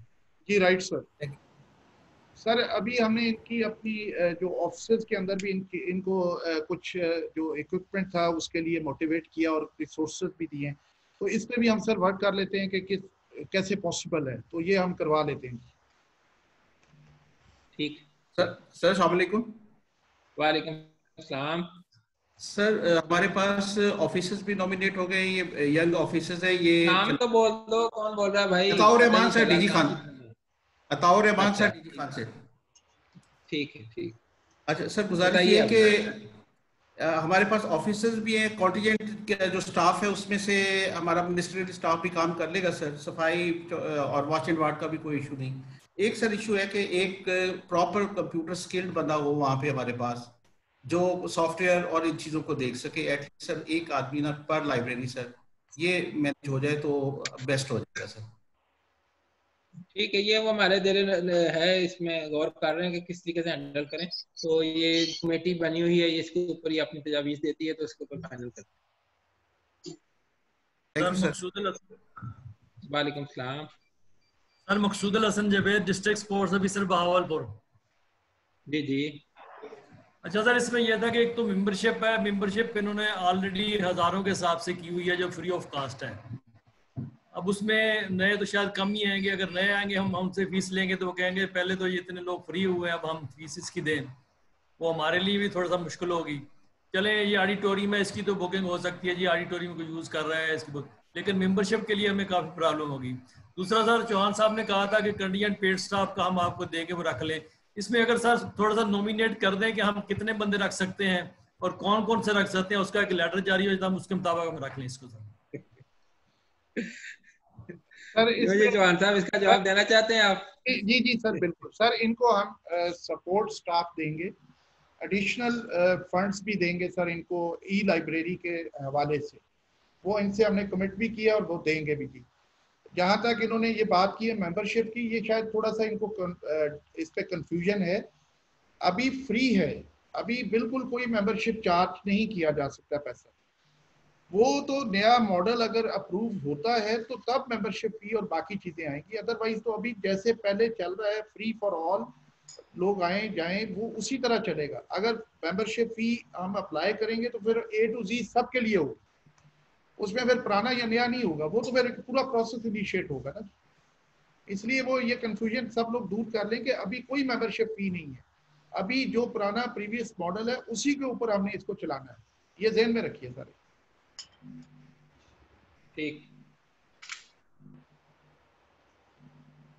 और कोई सवाल किसी की तरफ से, तजवीज कोई देना चाहता है दे सकते। आज राना नवीद साहब नहीं बोल रहे, वरना हमेशा बोलते होते हैं राना नदीम। अस्सलाम वालेकुम सर। वालेकुम सलाम। Sir Mohammad Waseem sir, divisional coach Sahiwal. Sir मेरा सजेशन ये था कि हमारी ई लाइब्रेरीज तो हैं सारी सर, वो पहले भी हमने जब ट्रेनिंग की तब भी ये सजेशन दिया था कि डिपार्टमेंट जो है स्पोर्ट्स डिपार्टमेंट, इसका कोई ना कोई जर्नल होना चाहिए जिसमें जो मतलब लड़के जो है रिसर्च कर रहे हैं अपनी, जो स्पोर्ट्स में मजीद आगे स्टडीज भी कर रहे हैं, ठीक है, तो सर अगर वो उनके मतलब आर्टिकल्स या उसकी कोई भी यार ये जो आपने बात छेड़ दी है ना, देखें ये डिपार्टमेंट का और यूनिवर्सिटीज का बड़ा डिफरेंस है। रिसर्च जो अच्छी यूनिवर्सिटीज हैं वही करवाती हैं और उनके ही जर्नल्स हैं। जो HEC का एक पूरा क्राइटेरिया है, अप्रूवल होता है, फिर वो कैटेगरी मिलती है X, Y, Z वगैरह, ठीक है। ये कभी भी ये सरकारी इदारे को जो है ना नहीं है। सरकारी इदारे में अगर एग्रीकल्चर यूनिवर्सिटी आती है तो वो तो कर सकती है, ठीक है, लेकिन ये स्पोर्ट्स डिपार्टमेंट जो है वो शायद खुद जनरल नहीं कर सकता, इसलिए जिसका काम है उसी को साझे जो कर रहे हैं यूनिवर्सिटीज स्पोर्ट्स मेडिसिन के हवाले से भी करती हैं जिक्र। मुश्किल जरूर होता है उसमें आपके आर्टिकल वगैरह छपने, लेकिन मेरा ख्याल है कि उनको ही करने दें जो जिनके पास एक्सपर्टीज है। अच्छा, ये आप बोल ही रहे हैं तो वो मैंने सुबह भेजी भी थी भट्टी साहब को भी और चौहान साहब को भी, रिगार्डिंग ये जो आपका वो यहाँ चन्नू में वो वीडियो चली थी, वो लड़का वो एथलीट है, क्या नाम है उसका, तो वो आपका ओलंपियन है और उसने वो गाँव में वो लड़के भाग रहे थे नंगे पैर और जूते उसके शायद टेप के साथ बांधे हुए थे। तो वो आप खुद विजिट करें, उनको बुलाएं, आप जाएं, बल्कि उनको नहीं बुलाना, मियाँ चन्नू में उस पास चले जाएं और जो बूट वगैरह और या कोई टी शर्ट्स या कोई इस तरह की कोई चीज़ें चाहिए तो जरूर प्रोवाइड करें। ये हमारे नेशनल हीरोज हैं जिन्होंने अपना जान दी हुई है, और अगर इस मौके पे आके वो ये इस तरह का वो मैसेज चले कि यार हमने कदर नहीं है या गाँव में, वो अच्छी उसकी एक बात बड़ी अच्छी लगी मुझे कि जी आपकी 70% जो फैसिलिटीज हैं वो शहरों में हैं, 30% गाँव में हैं, और जो एथलीट हैं वो ज़्यादातर देहातों में ही होते हैं, वो मुश्किल हो जाता है। तो मैंने कहा भी था इनको, चौहान साहब को भी और ये जो डायरेक्टर हैं भट्टी साहब, कि भाई अपना एक टैलेंट हंट वाला जो प्रोग्राम आपने ख़त्म कर दिया हुआ है उसको ज़रूर शुरू करें। ये जो अभी ये मौसम बेहतर होता है या ये अभी खुलेगी स्पोर्ट्स वगैरह अक्टूबर नवंबर जो भी अच्छे महीने आते हैं, कम से कम वो वहाँ पे लगाएं, कोचिस को बुलाएं ना, ये जो आपके साथ सारे बैठे हुए हैं इनको दफ्तरों में बैठने की आदत होगी, इनको वहाँ पे लगाएं टैलेंट हंट स्कीमों में, एक एक दिन हर तहसीलों में जाएं, गाँव में जाना गाँव में जाएं, ताकि कुछ ना कुछ तो लोगों को पता चले कि स्पोर्ट्स डिपार्टमेंट जो नर्सरी जो है उधर से काम शुरू कर रहा है। ये चीज़ें भी चलती रहेंगी जो हम यहाँ पे प्रोविंशियल लेवल पे करते हैं, लेकिन अगर वहाँ से आप ये 2-4 लोग भी हर जिले से अच्छे किसी ना नेशनल लेवल पे ही आ जाएं तो वो शुरू हो जाए तो मेरा ख्याल बेहतरी है। तो डिविजनल स्पोर्ट्स अफसर साहब ये आपने नोट कर लिया होगा, तो मैं उम्मीद रखता हूँ कि कल आप ये मुझे सारी ये रिपोर्ट देंगे कि जी मैंने विजिट किया है, उनसे मिला हूँ, क्या उनके मसाइल थे, किस हमने हल करना है, कर दिया है तो साथ ले जाए तो अच्छी बात है। ठीक है सर, मेरी रशीद जो इसका सैफ के गोल्ड मेडलिस्ट है वहाँ से ही, तो मियाँ चन्नू से, उससे मेरी बात हुई है सर, और डिस्ट्रिक्ट स्पोर्ट्स ऑफिसर मुल्तान और डिवीजनल स्पोर्ट्स ऑफिसर मुल्तान, जो वो डिस्ट्रिक्ट मुल्तान में आता है सर, और इंशाल्लाह वो 2 दिन के अंदर अंदर सारा उनको वो जो चीज़ें उनको चाहिए वो इंशाल्लाह मिल जाएगी। वो मैंने एक स्पॉन्सर से भी बात कर ली है और वो कह रहे हैं कि इंशाल्लाह हम कम से कम उनको बूट तो प्रोवाइड करते हैं सर। गुड, शाबाश जी। कोई और कोई तजवीज़ या कोई सजेशन, कोई सवाल अगर है कोई तो पूछ लीजिए, नहीं तो उसके बाद फिर कंक्लूड करते हैं। अस्सलाम वालेकुम। वालेकुम सलाम। सर शबीना बात कर रही हूँ TSO फैसलाबाद। सर मेरी एक सजेशन थी, सर आसिफ कह रहे थे कि जब हम ऑडिटोरियम देते हैं किसी को भी, तो वहाँ पे आप लोगों ने उनको बिठाए रखना है जब तक आप क्लियर नहीं कर रहते हैं कि वहाँ पे कोई डैमेज वगैरह तो नहीं हुआ है। तो मेरी ये सजेशन थी कि अगर हम उनको देने से पहले सिक्योरिटी के पर्पज से हम थोड़ा बहुत उनसे अमाउंट लेके रख लें, और जब वो वापस जाएं अगर कोई डैमेज वगैरह हुआ है तो इस तरह से इतनी ज्यादा डिस्टर्बेंस नहीं होगी कि उनको बैठाया जाए और वहाँ पे बहस हो तकरार हो। तो बेहतर नहीं है कि हम एज अ सिक्योरिटी उनसे कुछ ले लें और फिर उन्हें रिफंड कर देंगे। आपकी अच्छी तजवीज़ है, ये जो हमारी कमेटी बनी हुई है, चौहान साहब ये नोट कर लें, उसमें डिस्कस कर लीजिए। अगर आप इस तरह रखना चाहते हैं तो आप रिकमेंड कर देंगे तो हम वो ले लेंगे। सर इसमें सिर्फ एक मेरी ऑब्जर्वेशन है कि जब हम कोई पैसे की इस तरह की करेंगे तो वो उसका इफेक्ट जो है वो बैड आएगा, वो थोड़ा सा ये एक फर्क है। हाँ, वो अब आपको सर इल्म है कि वो हम करते अच्छे मकसद से लेकिन वो होगा गलत। तो मेरा ज़ाती ख्याल है कि हम इसके कोई और मेजर्स ले लें जब तक हम कोई प्रॉपर फी स्ट्रक्चर नहीं बनाते। तो अगर हम कोई भी अच्छा भी करेंगे तो वो नेगेटिव ही उसका रेट आएगा। तो ये वाली सजेशन इस पर गौर कर लें, जो भी आप मैक्सिमम अच्छा बेहतरी के लिए समझते हैं रिकमेंड कर दें तो फिर आगे चलें। Okay sir, thank you.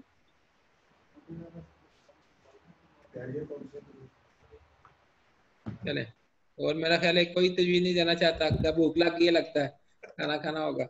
अच्छा चले, एक दफा बहुत शुक्रिया जी आप सारों का, चौहान साहब और डायरेक्टर DG स्पोर्ट्स और डायरेक्टर एडमिन, डायरेक्टर स्पोर्ट्स और इनके जितने रिसोर्स पर्सन हैं उन लोगों का शुक्रिया कि उन्होंने आपको ये लेक्चर्स टाइमली आके दिए, अच्छे टॉपिक से इसमें जो रेलेवेंट हैं। आप सारों का भी शुक्रिया, divisional sport officer, DSOs, divisional coaches जो जिन्होंने ये ट्रेनिंग 2 दिन की अटेंड की है। मैं उम्मीद रखता हूँ कि हम इस तरह के वेबिनार और भी कराते रहेंगे ड्यूरिंग कोविड, और बेहतरी की जो सजेशन हैं आपकी तरफ से भी आती हैं, हम भी सुनते हैं, तो जो सुन के करें वो ज़्यादा बेहतर होता है। तो उम्मीद रखते हैं कि इंशाल्लाह इसको कंटिन्यू रखेंगे। जी चौहान साहब, आपको कंटिन्यू करना चाहते हैं? Sir thank you very much आपकी सपोर्ट और आपकी गाइडेंस का, जिसकी वजह से ये सारी चीज़ें हमारा प्रोसेस जो है एस्टेब्लिश हो गया है। अब हम इसके ऊपर काफ़ी हद तक अपनी कैपेसिटी डेवलप कर चुके हैं कि हम शॉर्ट नोटिस पे भी कोई एक्टिविटी जनरेट कर सकते हैं, नंबर 1। नंबर 2 सर, इस टाइम हमारी पार्टिसिपेशन लेवल बहुत अच्छा रहा। हमारे तमाम आफ्टर मोर देन 100 करके इवन हमारा सिस्टम जो है वो तकरीबन चौक हो गया, इतनी पार्टिसिपेशन और इंटरेस्ट फैक्टर रहा है। तो उम्मीद है सर आइंदा भी हम इंशाल्लाह इसको इसी तरह कंटिन्यू रखेंगे। आपकी गाइडेंस हमारे साथ रहेगी। अभी आपने लेटेस्ट मुझे एक डायरेक्शन पास की है कि कैरियर काउंसलिंग के हिसाब से भी आप चीज़ों को ज़रा आइडेंटिफाई करें। तो हम सर बड़ा शॉर्टली उसके ऊपर भी एक डिटेल्ड एक्टिविटी जो है वो इंशाल्लाह लॉन्च करेंगे। उसमें हम जनरल पब्लिक को भी इन्वाइट करेंगे, एजुकेशन को भी, और उसकी अच्छी मीडिया के अंदर भी प्रॉपर मार्केटिंग स्ट्रेटेजी भी अडॉप्ट करेंगे, ताकि ज़्यादा से ज़्यादा लोग जो है उससे फ़ायदा उठा सकें और उनको गाइडेंस भी मिल सके कि जी फ्यूचर में वो कहाँ अपने लिए अपॉर्चुनिटीज़ मिल सकती हैं या उनको वो हंट कर सकते हैं। तो इंशाल्लाह सर उस पर भी हम बड़ी जल्दी उसके ऊपर आ जाएंगे। Thank you very much sir, once again आपका बहुत शुक्रिया सर। इसी के साथ हम आज का सेशन क्लोज करेंगे। अल्लाह हाफिज़ सर। अल्लाह हाफिज़ जी, अल्लाह।